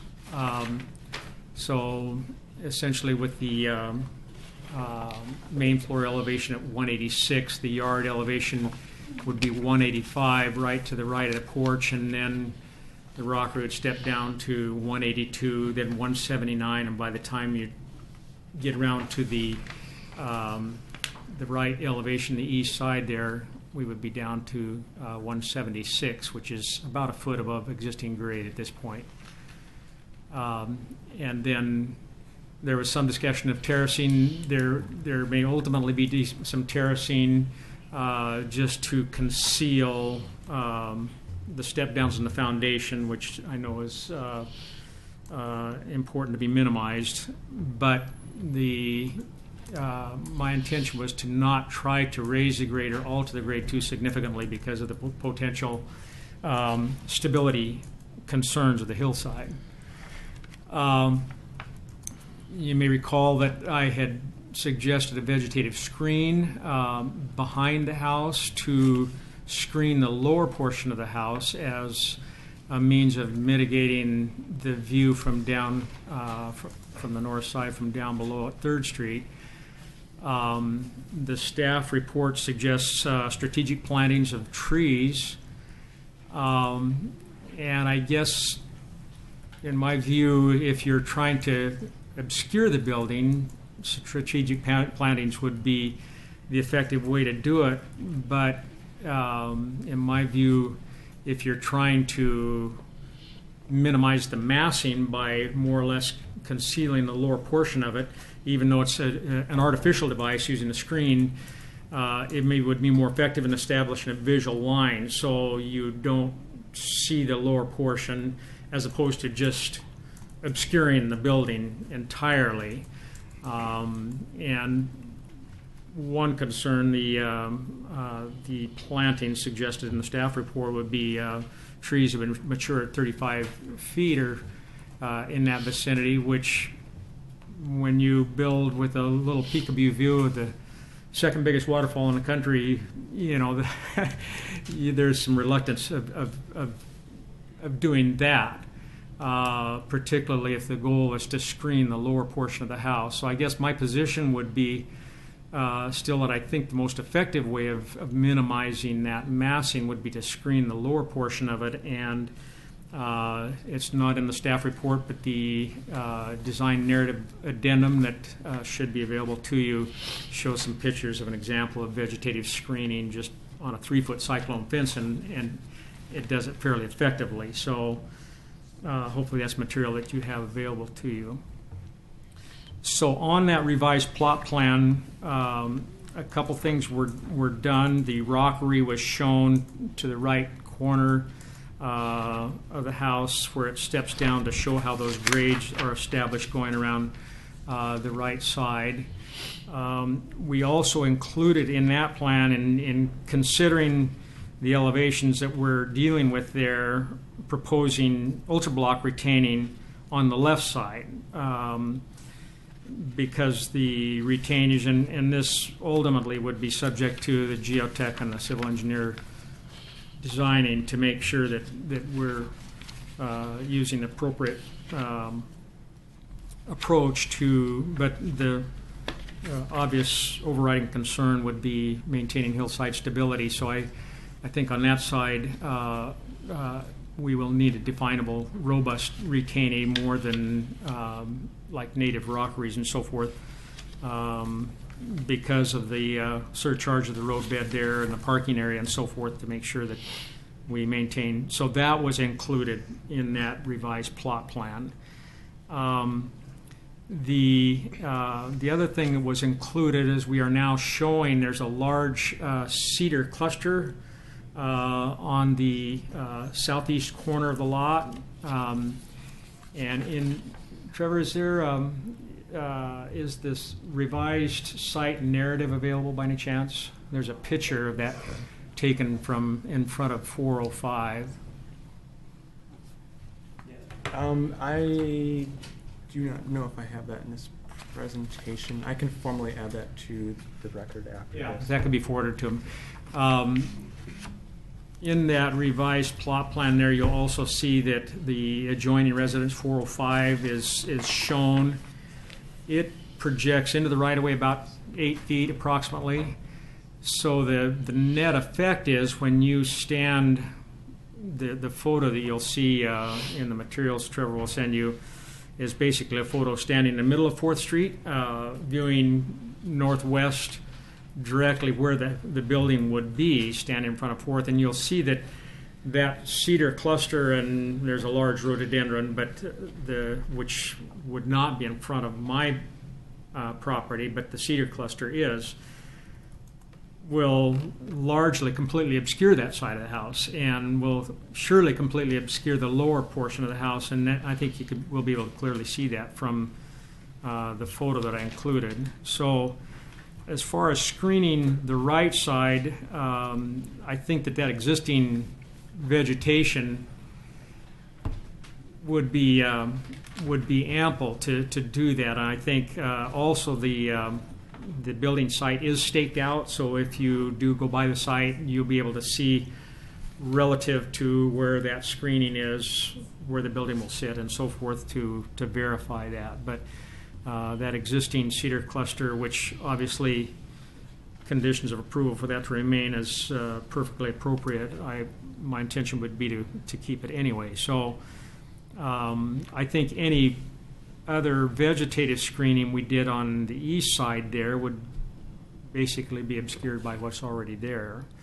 And the rear screening, as I mentioned, I think would maybe be most effective with the screen and getting vines growing in that area.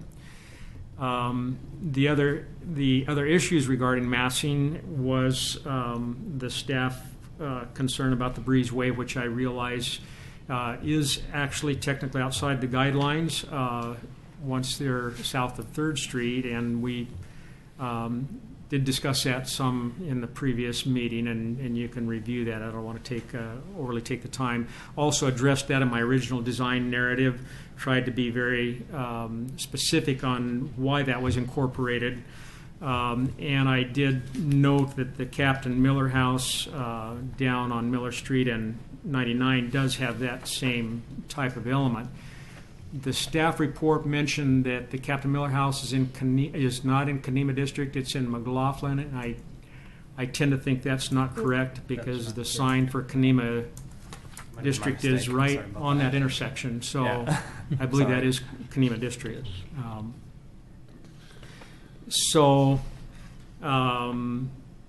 As far as the breezeway is concerned, for this particular design, it is pretty much key to keeping the building as small as it is.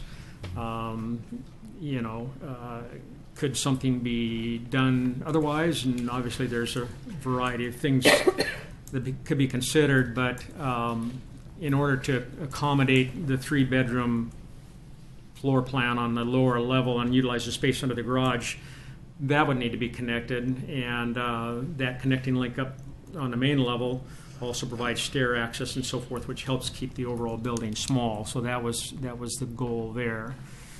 So the remaining item that I noted in the staff recommendations as far as falling outside of the guidelines was the ornamentation. Specifically, I think they were addressing the treatment in the gable ends. We had a small section of vertical siding in each gable end. Oh, you may be getting that picture there. You might have had that, Trevor. Which was, okay, there we go. And may also, yeah, go back to that front elevation while we're there, Trevor. From my original design, at the design advice, we had moved to that shouldered head trim that I had discovered on the Coburn house, and hope to replicate that. And I'm not sure if the staff report was questioning that as well. but they did mention the ornamentation in the gable, so I assume calling in question the vertical siding in the gable. Obviously, I'm flexible on that. I thought it would added interest, architectural interest, but we're blessed with design professionals here that can weigh in on that and evaluate that, and that's not a problem. So the ornamentation, I think, was the other main area of concern that I identified in the staff report, and like I say, I'm flexible on removing that ornamentation, and if the shouldered head trim is problematical, I would probably propose that I would do the pedimented head on all of the windows like I'm showing on the rest of the windows on the sides and back. So I believe that addresses the concerns that were raised by the staff. Any questions? Thank you for bringing this site plan in. I can figure out the grades a little bit better now. Yeah. And I understand why you have it elevated in the way you do. How much earth are you planning on taking off site? I plan to take most of the soil that's excavated off-site, remove it, Okay. because there's really no place. We will be doing some filling in the front, but there's not much room to stockpile, so we may ultimately export and have to import some when we backfill, but we would basically be filling, and you can see only the existing contour lines are showed on that, not new contour lines, but new elevations are shown. So there will be some filling in the front, obviously. It looks like you're filling approximately 10 feet in front. What's that? Looks like you're filling approximately 10 feet in front. Is that correct? Probably. In the front right corner of the house, you have elevation of 175, and it's coming up to approximately 185. Yes. Yeah. Okay, so along this whole front, you're filling 10 feet. Yeah, the contour line and they're faint, but 180 goes through there, right there. Yeah, but is this actually at elevation 180? That's actual elevations. These are all these lines are all current elevations. Yeah. Current elevations, but not proposed. Correct. Yeah. Okay. So we would be filling from about and right in front there from about 177, I think, up to 185. Okay. Do we have any questions for the applicant? I don't. Good time to ask him. Okay, I have a question for you, Trevor.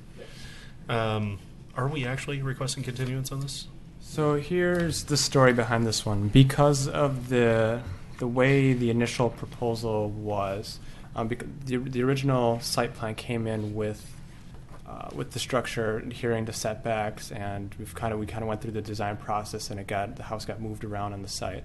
So when the original notice went out, it did not go out with those preservation incentives on it. I see. Okay. So by default, we have to continuance in order. You had that in your email. Yeah, I forgot that. Thank you. Thank you for explaining. Yeah, Okay. but you can deliberate tonight until the very end, so that way you know where you stand when. Yeah. Okay. Yeah. Okay.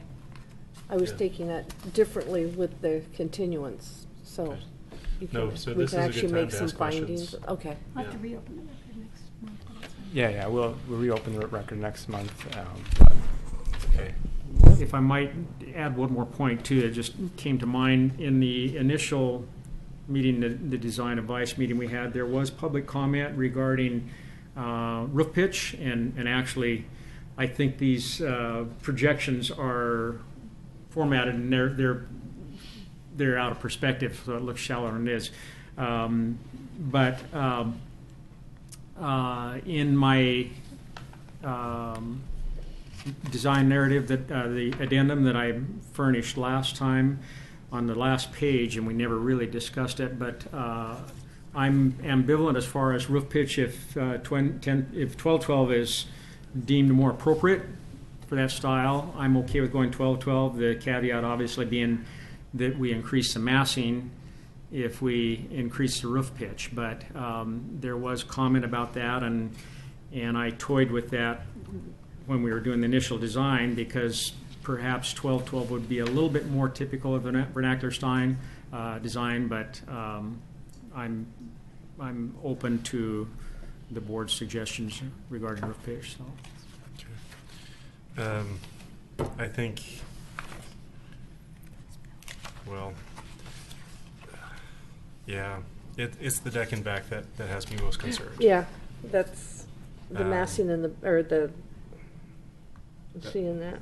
Yeah, the upper story deck, it's sticking out beyond the lower story deck, and the fact that you have such tall unrestrained columns coming down, it almost looks as if, one, I know you don't want to, but should place a retaining wall in back to raise that elevation up 3 feet. Sorry, I didn't quite catch it. Towards the back of the house. Okay.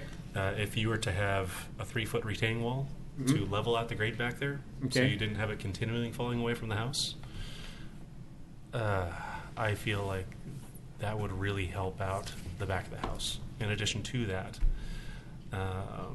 that second story deck projecting out beyond the basement deck. And I know it's not a true second story, it's the main level of the house. Right. But I have a hard time supporting that. It should either be that they are both in plane with each other, so both come out or both go in, but the proportions are pretty off. So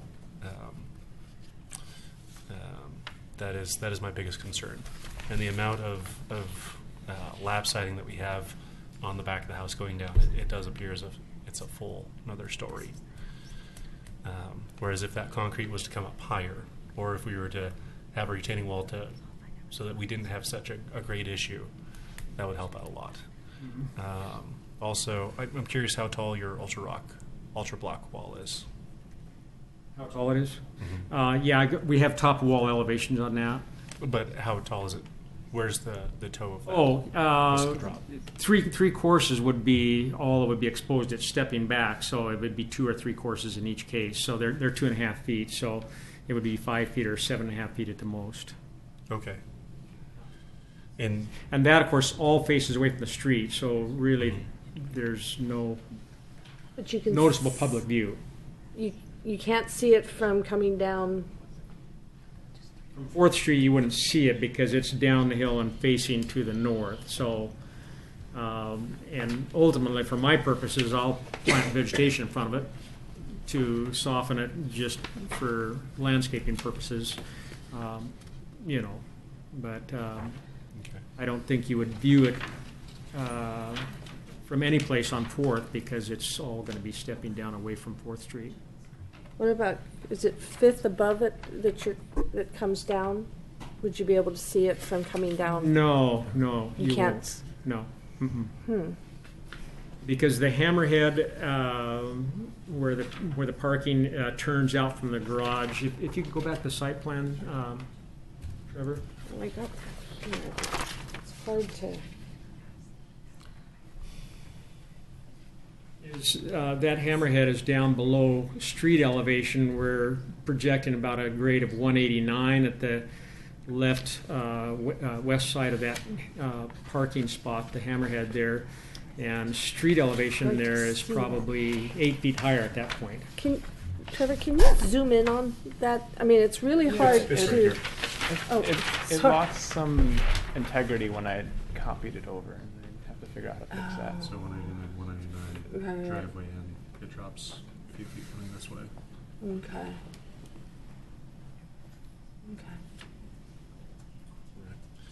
I guess I would happily grant you gentlemen trespass permission to, if you want to climb down there and look at it, because it is staked out, and I think that the back area is definitely a concern. And of course, when we do our geological hazard thing, you're going to see that it does drop off quite a bit more quickly from the back of the building right on down. Yeah, so right. anything we try to put on the hill, if it's out 4 feet, it's going to be down 4 feet almost. I mean, it's not that steep, but if you're out 4, you're down 3, and so forth. So your sight line just doesn't change much on anything that we do on the lower side there.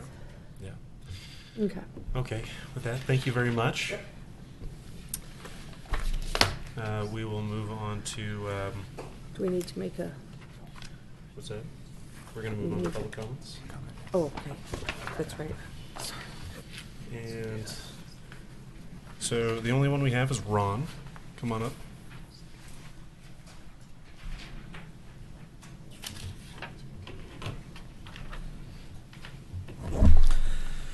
Ron Weisslein, again, the liaison for HRB board. We have not discussed this on the board yet. We will discuss it this next coming meeting in a few weeks, and so we'll give our recommendations or a letter back from us on that. As far as personal opinions, I know what this gentleman's going through since I did it a few months ago and through you guys. His biggest challenge is going to be the geotech, as you know. And if you look at his house compared to the other house on that side of the street, most of them go down at least 1 or 2 stories just because of the steepness. Even the historical homes do the same thing. Even I think Gretchen's home is, I think her kitchen's downstairs in that lower floor of that. So I think he's trying to work with the geography he has to meet the guidelines, plus do the best he can for making it look like it's not too big. So I do propose he's done a good job and he's worked with you guys, and so I hope he can have this house passed and get on his next project that's going to take him a little bit longer. Thank you. Thank you, Ron. Okay. And would you like to come back up and say anything? No, that's fine. Okay. So we can have some deliberation. Well, we could talk about the 2 issues that Trevor brought up, the zero setback or near zero setback. There's plenty of precedent for that around Kenema, so I'm not opposed to that, given the distance, the unused portion of the street right of way on 4th Avenue. Yeah, I'd agree with that. I have no quorums with the 0 lot line setback in this condition. What was the other item we were? Oh, we talked about the vertical detail on the siding. The gable ends? Yeah. And I don't have strong feelings one way or the other on that. If people like it, that's fine, and if they don't, that's fine too. I'll go along with the consensus on that. I feel like it would be a much more boring house if it did not have that. It's an attempt at ornamentation, which I appreciate. I agree with what you're saying. I think the argument the other way would be it's vernacular. It's supposed to be boring. That is true, but even if you look at vernacular homes based on what is a modern interpretation of vernacular today, yes, there's a lot more ornament or at least trim on a historic vernacular than what we typically see in modern construction. Speaking to the breezeway, because that was brought up, the initial design that came in for design advice had that breezeway on the backside flush with the building. We brought up that we felt it should be, at least I felt it should be set in, so it set the garage portion apart, and he did that, and it's been consistent through. And I do see that element in other buildings throughout Oregon City and Kenema. So yes, I have no objections to that either. My one comment would be, I don't have a problem with the vertical detailing in the gable ends, but and I'm not sure what the term is for that, the upper window in the main portion of the house, is perhaps just because it's vernacular is to keep that as a simple, similar to the other ones that are that upper window that has the 2 side lights. It's called, I'm sorry, I should have. The one with the wings? Yeah, with the side lights. Is to just keep that simple. The interesting thing is there's another house in the Kenema area that has it, right. Right. Okay. That would be my only thing. Well, there's a little bitty picture of it on page right. No, 8. I see it on this Coburn House. Yeah, the Coburn House and stuff. But, you know, with the vertical siding, with the vertical gable and trim, that's just a comment. You know, I can live with it, but just again to keep, you know, more simplified. Okay. How about down the line? What do you think, sir? Yeah, my opinion on the side lights is that I like them. I think I saw the previous design without them, and they're consistent with the Coburn House there. I'm also okay with the breezeway. Yeah, the way it's set back. Yeah, I think it looks good, and it's consistent with some of the similar features in some of the other houses that have additions on them that were built over time. Okay, excellent. So all in all, very favorable. We are going to request a continuance. So the other big one would be the sub-basement, and how to exactly address that. I will say that I'm going to go out there and look around at other people's houses in that particular area to see how they dealt with it. I would venture to say there's a lot more concrete coming up. Concrete's a more expensive material, and we should do it. I think that is traditionally how it happened, rather than having that many steps in a foundation. But I don't want to put a condition of approval on this without being 100% sure, because I don't want to be onerous.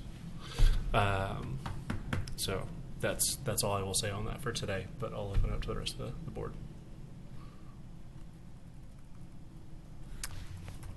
Could he come back with something similar, you know, with an alternative? It would be additional cost, though, as far as his having it, but He can change up these plans at any point in time. just as an alternative, you know, addressing that. Yep. But every time we've met, I brought that item up. Yep. He's been really responsive to other things. Mhm. That hasn't changed. So I don't know that it would, and I'm not going to ask him to. Okay. Yeah. So then I guess to kind of go back around here.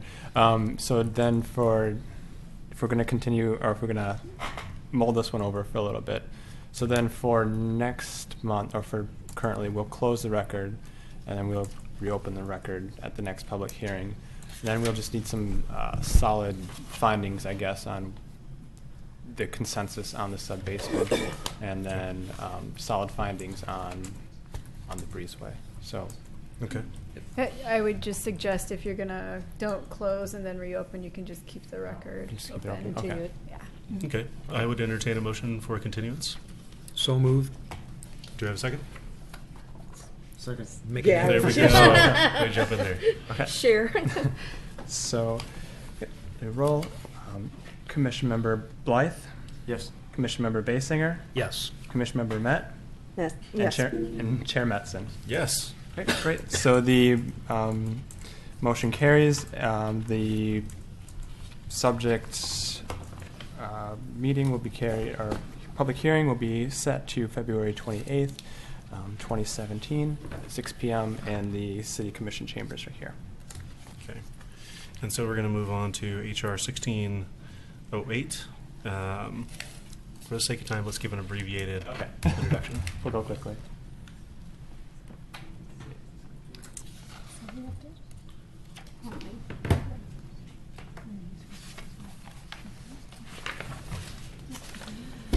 Yes. Yeah. Okay. No, this is not. Yes. So we will have to do the. I might just take over on technicality. Yeah, For the technicality. land use, one thing, we don't have to reread everything for the opening statement except for the visiting the site conflicts of interest part. Oh, okay. So I should have read that in the past. No, you can start from the part where it's just applicable to this. Okay. Yeah, we already read the direction for city attorney. We only have to revisit the item specific to the application at hand. Okay. So do any of the board members have a conflict of interest or ex parte contact regarding this application? No. Nope. Nope. Okay. Who has visited the site? I have. All right. And does anybody from the audience wish to provide comment or challenge a conflict of interest or ex parte contact regarding this application? We lost our audience much. Yeah. All right. With that, So just a brief overview. The applicant is requesting permission to construct a 96 square foot addition at 103 Jersey Avenue. This addition will be 19 feet or 13 feet 9 inches tall onto an existing outbuilding located behind the existing home, approximately 7 feet from the rear property line. The existing outbuilding is approximately 200 square feet in size, and the proposed addition would create a structure that is approximately 296 square feet in size. And this existing outbuilding would be used as an additional living space for the applicant's family, more or less. And it's the addition is also planned to be the construction is planned to be constructed in same materials that are used on the existing outbuilding. So the horizontal siding, wood windows. So on. okay. And it doesn't look like our applicant is here tonight? I do not believe they are here tonight. No. Okay. There's somebody, maybe. Yeah, but they just went out, so. I think the last I heard that they were in Kansas or something like that, so they may not be here tonight. Okay. And we didn't have any public comments. No, We can there are just no jump public right into comments it. on this one. Okay.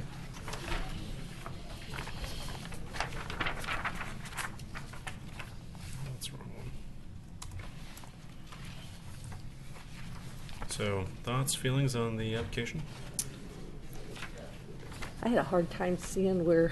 It's a little I mean, it's, yeah. it's back there a ways, and The photo on page 7 makes it clearest to me. right. But I mean, even going to, yeah, but you'd have to like climb Walk up up over the the. driveway to get there. Yeah, it's a little Yeah. Yeah. rough. Yeah, I thought it was a cute little house, and it's not a big addition at all No. to make it an ADU. Mm-hmm. Seems pretty interesting. Pretty cut and dry. Let's see here. Now, I am not seeing any Condition. no real conditions. So the conditions. I mean, Basically using the original, or Yeah, it's nothing that's going to be kind of like the. there was Green nothing Belt. unique about this. No. Okay. So I would entertain a motion to approve We have to- HR. we have to Okay, public comment. open public comment first. Public comment. Yeah. We didn't receive any forms. No, today. Tonight. We still have no to. forms. Oh, I'm sorry. Apologies. We don't have any forms. Yeah. Okay. Okay. So with that, I move that we approve HR 16-08 Thank you. Second. as presented. Okay. So, Commission Member Blythe, Yes. Commission Member Basinger, Yes. Commission Member Met, Yes. and Chair Metzen. Yes. Okay, motion carries 4-0. Perfect. Right. And so, With that, we're on to Last one. the last one. Yeah. Y'all are I know this has been a marathon. We've been for right me. marathon. Jeez. So we've got HR 1501. Rear patio located in 517 13th Street. I remember this coming in, and I thought it was done, and it comes back, and there was no room for a patio. That's not a surprise.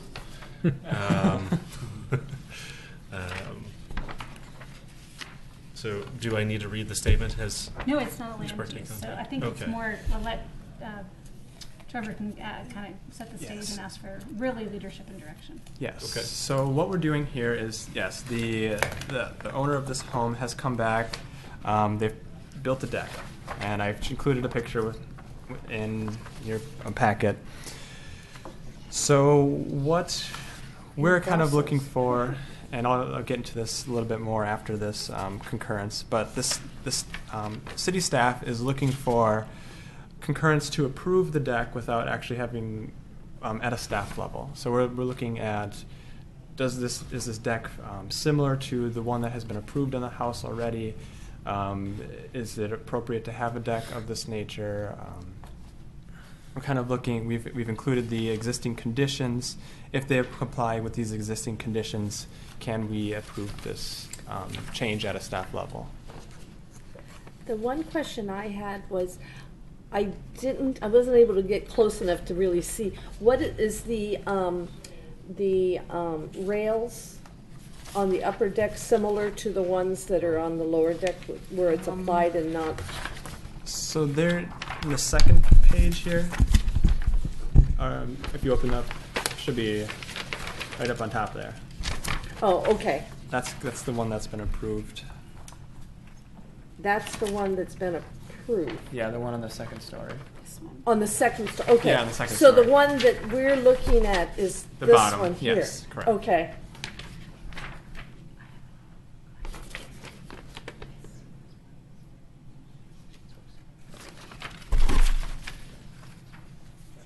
So I can't tell if the one on the second story has the applied, can't even think of.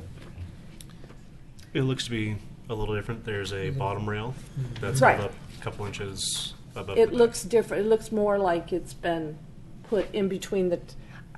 I've lost my verb or my balustrades. Thank you. God, it's like these look like they're applied, which is more what we don't like seeing. Correct? As opposed to having them between a top and bottom rail. Yeah, the upper deck seems more appropriate. Yeah. Yeah, and we can double check the design guidelines that the plans that they submitted and compare and contrast the two. But does anyone here have an issue with them having a deck rather than a patio? I guess that's item number one. No. I do not. I don't either. No. Awesome. And Hopefully they've got it there securely with the, Yeah. with the topography.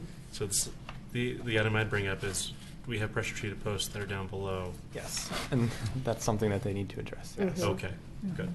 And I think as long as the guardrail meets the design requirements, I'm fine with it. Okay. So we should, I know there's two people here tonight that may want to speak, so. Yeah, and we do have a public comment on this. So, Denise, come on up. You are all getting my undivided attention tonight. Thank you. I didn't forget about you. You That were works sitting two right here in ways, front of me. Yep, I know. But you got to hear Anyway. everything we had to say. Yes. And now you throw stuff at us. So Denise McGriff, representing the McLaughlin Neighborhood Association. We did submit comments on this original application, and it was part of a public hearing. I am not comfortable with this being a staff approval. This was not part of the original application. I think I sent in, since I go to Spicer Brothers all the time, for some reason I always look up there. And I saw that going on, and I said, I don't remember that being a part of the original application. The railing on the decking is completely wrong and inappropriate. We supported this wholeheartedly. Todd Island, I think, did an excellent job on going through the review, even though there was a little bit of controversy with the ADU. And I am not happy with the way this has turned out. This is really unfair, and I think the applicant should have known. Well, they should know better. Let me just say that on the record. They know better. They've been through historic review before, and I think that for you to go to a staff approval sort of just negates the whole point of the. We did not receive a specific notice other than the HRB notice that comes out because of my other affiliation. So, how are you going to make this right? I mean, I kind of think somebody's already living in the ADU because I see the lights on. And my understanding was that none of this was going to get approved, and they weren't going to get a certificate of occupancy until they did what they were supposed to do. So what? Well, I can't speak directly to that, but I can tell you that temporary certificate of occupancies aren't certificate of occupancies, and so it's a limited use if someone is living there. Lights are, I mean, they're not just lights going on like a timer. There's And There's a car been parked in front of there and lights going on. Yeah. Again, that is different than a final Right. certificate of occupancy in which someone has the right to utilize the facility. It's a limited use, but I don't know that that's the case. Sounds like it. Yeah, I'm just saying. And I agree. I think everyone up here agrees that railing is inappropriate. It should look like the one up above because that does meet the design guidelines, and that's. So why did they build? I mean, they're not here, obviously. So This is a less expensive way of doing it. Yeah. That's why they built this. So in my why opinion. not get the approval first instead of doing something wrong and then coming back and asking forgiveness? I'm not really in favor of that. Neither am I. But And it sets a bad precedent, too. Got it. Yep. So, staff, what is your intention on getting them to comply? I'm willing to make us an alternate recommendation. What is the recommendation for compliance? So at this time, a certificate of occupancy has not been issued for this building. So that's kind of our last stick leverage. Yeah, bit of leverage that we have. So the idea here is to give the homeowner a clear path to. Well, let me ask a question. Has BC Homes sold it to somebody else? I don't know at this time. Track that. Yeah. We just Okay, haven't issued the So the CO. applicant is still BC Homes? At this point, yeah. Yeah. So I'll take over a little bit, if that's okay. So I know. The applicant has not received their final certificate of occupancy. Okay. That is a legal hook we have. We cannot sign off right now as staff because this is not in compliance. So the memo provides a pathway that if leadership and direction is given by the board, there are conditions of approval that if the applicant meets the following, that's one option as staff could approve, and that includes having both the upper railing and the lower railing meet the plans as submitted in the application. That's on page 2 of the memo with a little blue arrow showing the top rail on the balustrades. The second piece really is related to the exposed pressure treated wood. Mm-hmm. So there's the way that the original application was approved had some catch-all conditions of approval, which says in no way, shape, or form should pressure treated wood be exposed. So one option is applicant revise the railing to meet both the lower railing and the upper railing to meet the plans as submitted. Okay. 2, provide a design approach that covers the pressure treated wood, and that could be either through wrapping the wood, through providing extra lap siding below the deck, or providing a combination of extended siding and true historically proportional why am I also blanking out? Lattice. So that in the staff was 3 options that I felt met the intent of their kind of site-wide conditions of approval relating to covering pressure-treated wood. So kind of really it's that recommendation of, are there conditions of approval directing to staff that are consistent with the original land use application and provide clear direction for the applicant to make those changes so they can get their C of O, or do they need to go back and apply for an historic review board modification to the original application? So one's kind of like a pathway for staff approval with those amended conditions. Not even amended conditions, probably like basically using the existing approval as your direction, or moving for a modification. So my thoughts are, Denise, you're very thorough. I think. Let me take a leap of faith here. Okay. So the applicant already had conditions of approval which were approved by the Historic Review Board. Yeah. That number 1 they did not comply with. So I'm Correct. not feeling the love that they're going to comply with a second set of conditions. I would not, as a neighborhood Noted. representative, be able to tell my group to support a modification to let them leave that, because it's just not appropriate. I mean, the other thing that bugs me about it is that every time, because there's no vegetation, you're getting this white Sure. railing that's just like Yeah. there. Jumps at you. Duly noted, Denise. And so it I'm would be gonna nice ask you if to it take was your a seat, different though. color. But so I'm assuming you're talking about I'm going to ask you to horizontal- take your seat, Denise. Horizontal lattice. Denise, Yeah. I'm going to ask you to take your seat. Sure. Thank So- Thank you. But I do want to address, as you're taking your seat. I'm just letting that- you know that there may be an appeal. So. That's fine. I think perhaps your frustration is misplaced in this case. The developer did something they weren't supposed to.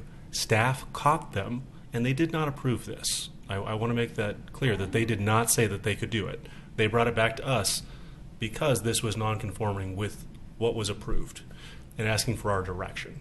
Just for the record, I think staff did a good job here in identifying something that did not comply. Maybe it was initiated by public comment. But regardless, it came back to us. It was caught. We can do something about this. I will say that they do have some additional ornament on the posts that was not illustrated in the elevations, which is good because I thought the elevations were exceedingly boring. So I won't say that they have to exactly comply with this for the posts, but the handrails, yeah, that upper handrail, from what we could interpret it on the elevation, Looks that clear. upper one seems to fit. I don't think anyone here could say that it's not. The bottom one does not. And in my opinion, I agree with staff that the bottom guardrail needs to comply with the conditions of approval. And the best information we had was that upper guardrail, and so it needs to comply with that one. And Amen. one of the three options that the staff had provided, I think lattice is a completely reasonable option, but if they want to go with any other concealing option to enclose or obscure that area down there, I would be fine with that as well. So, but I just wanted to clarify one thing.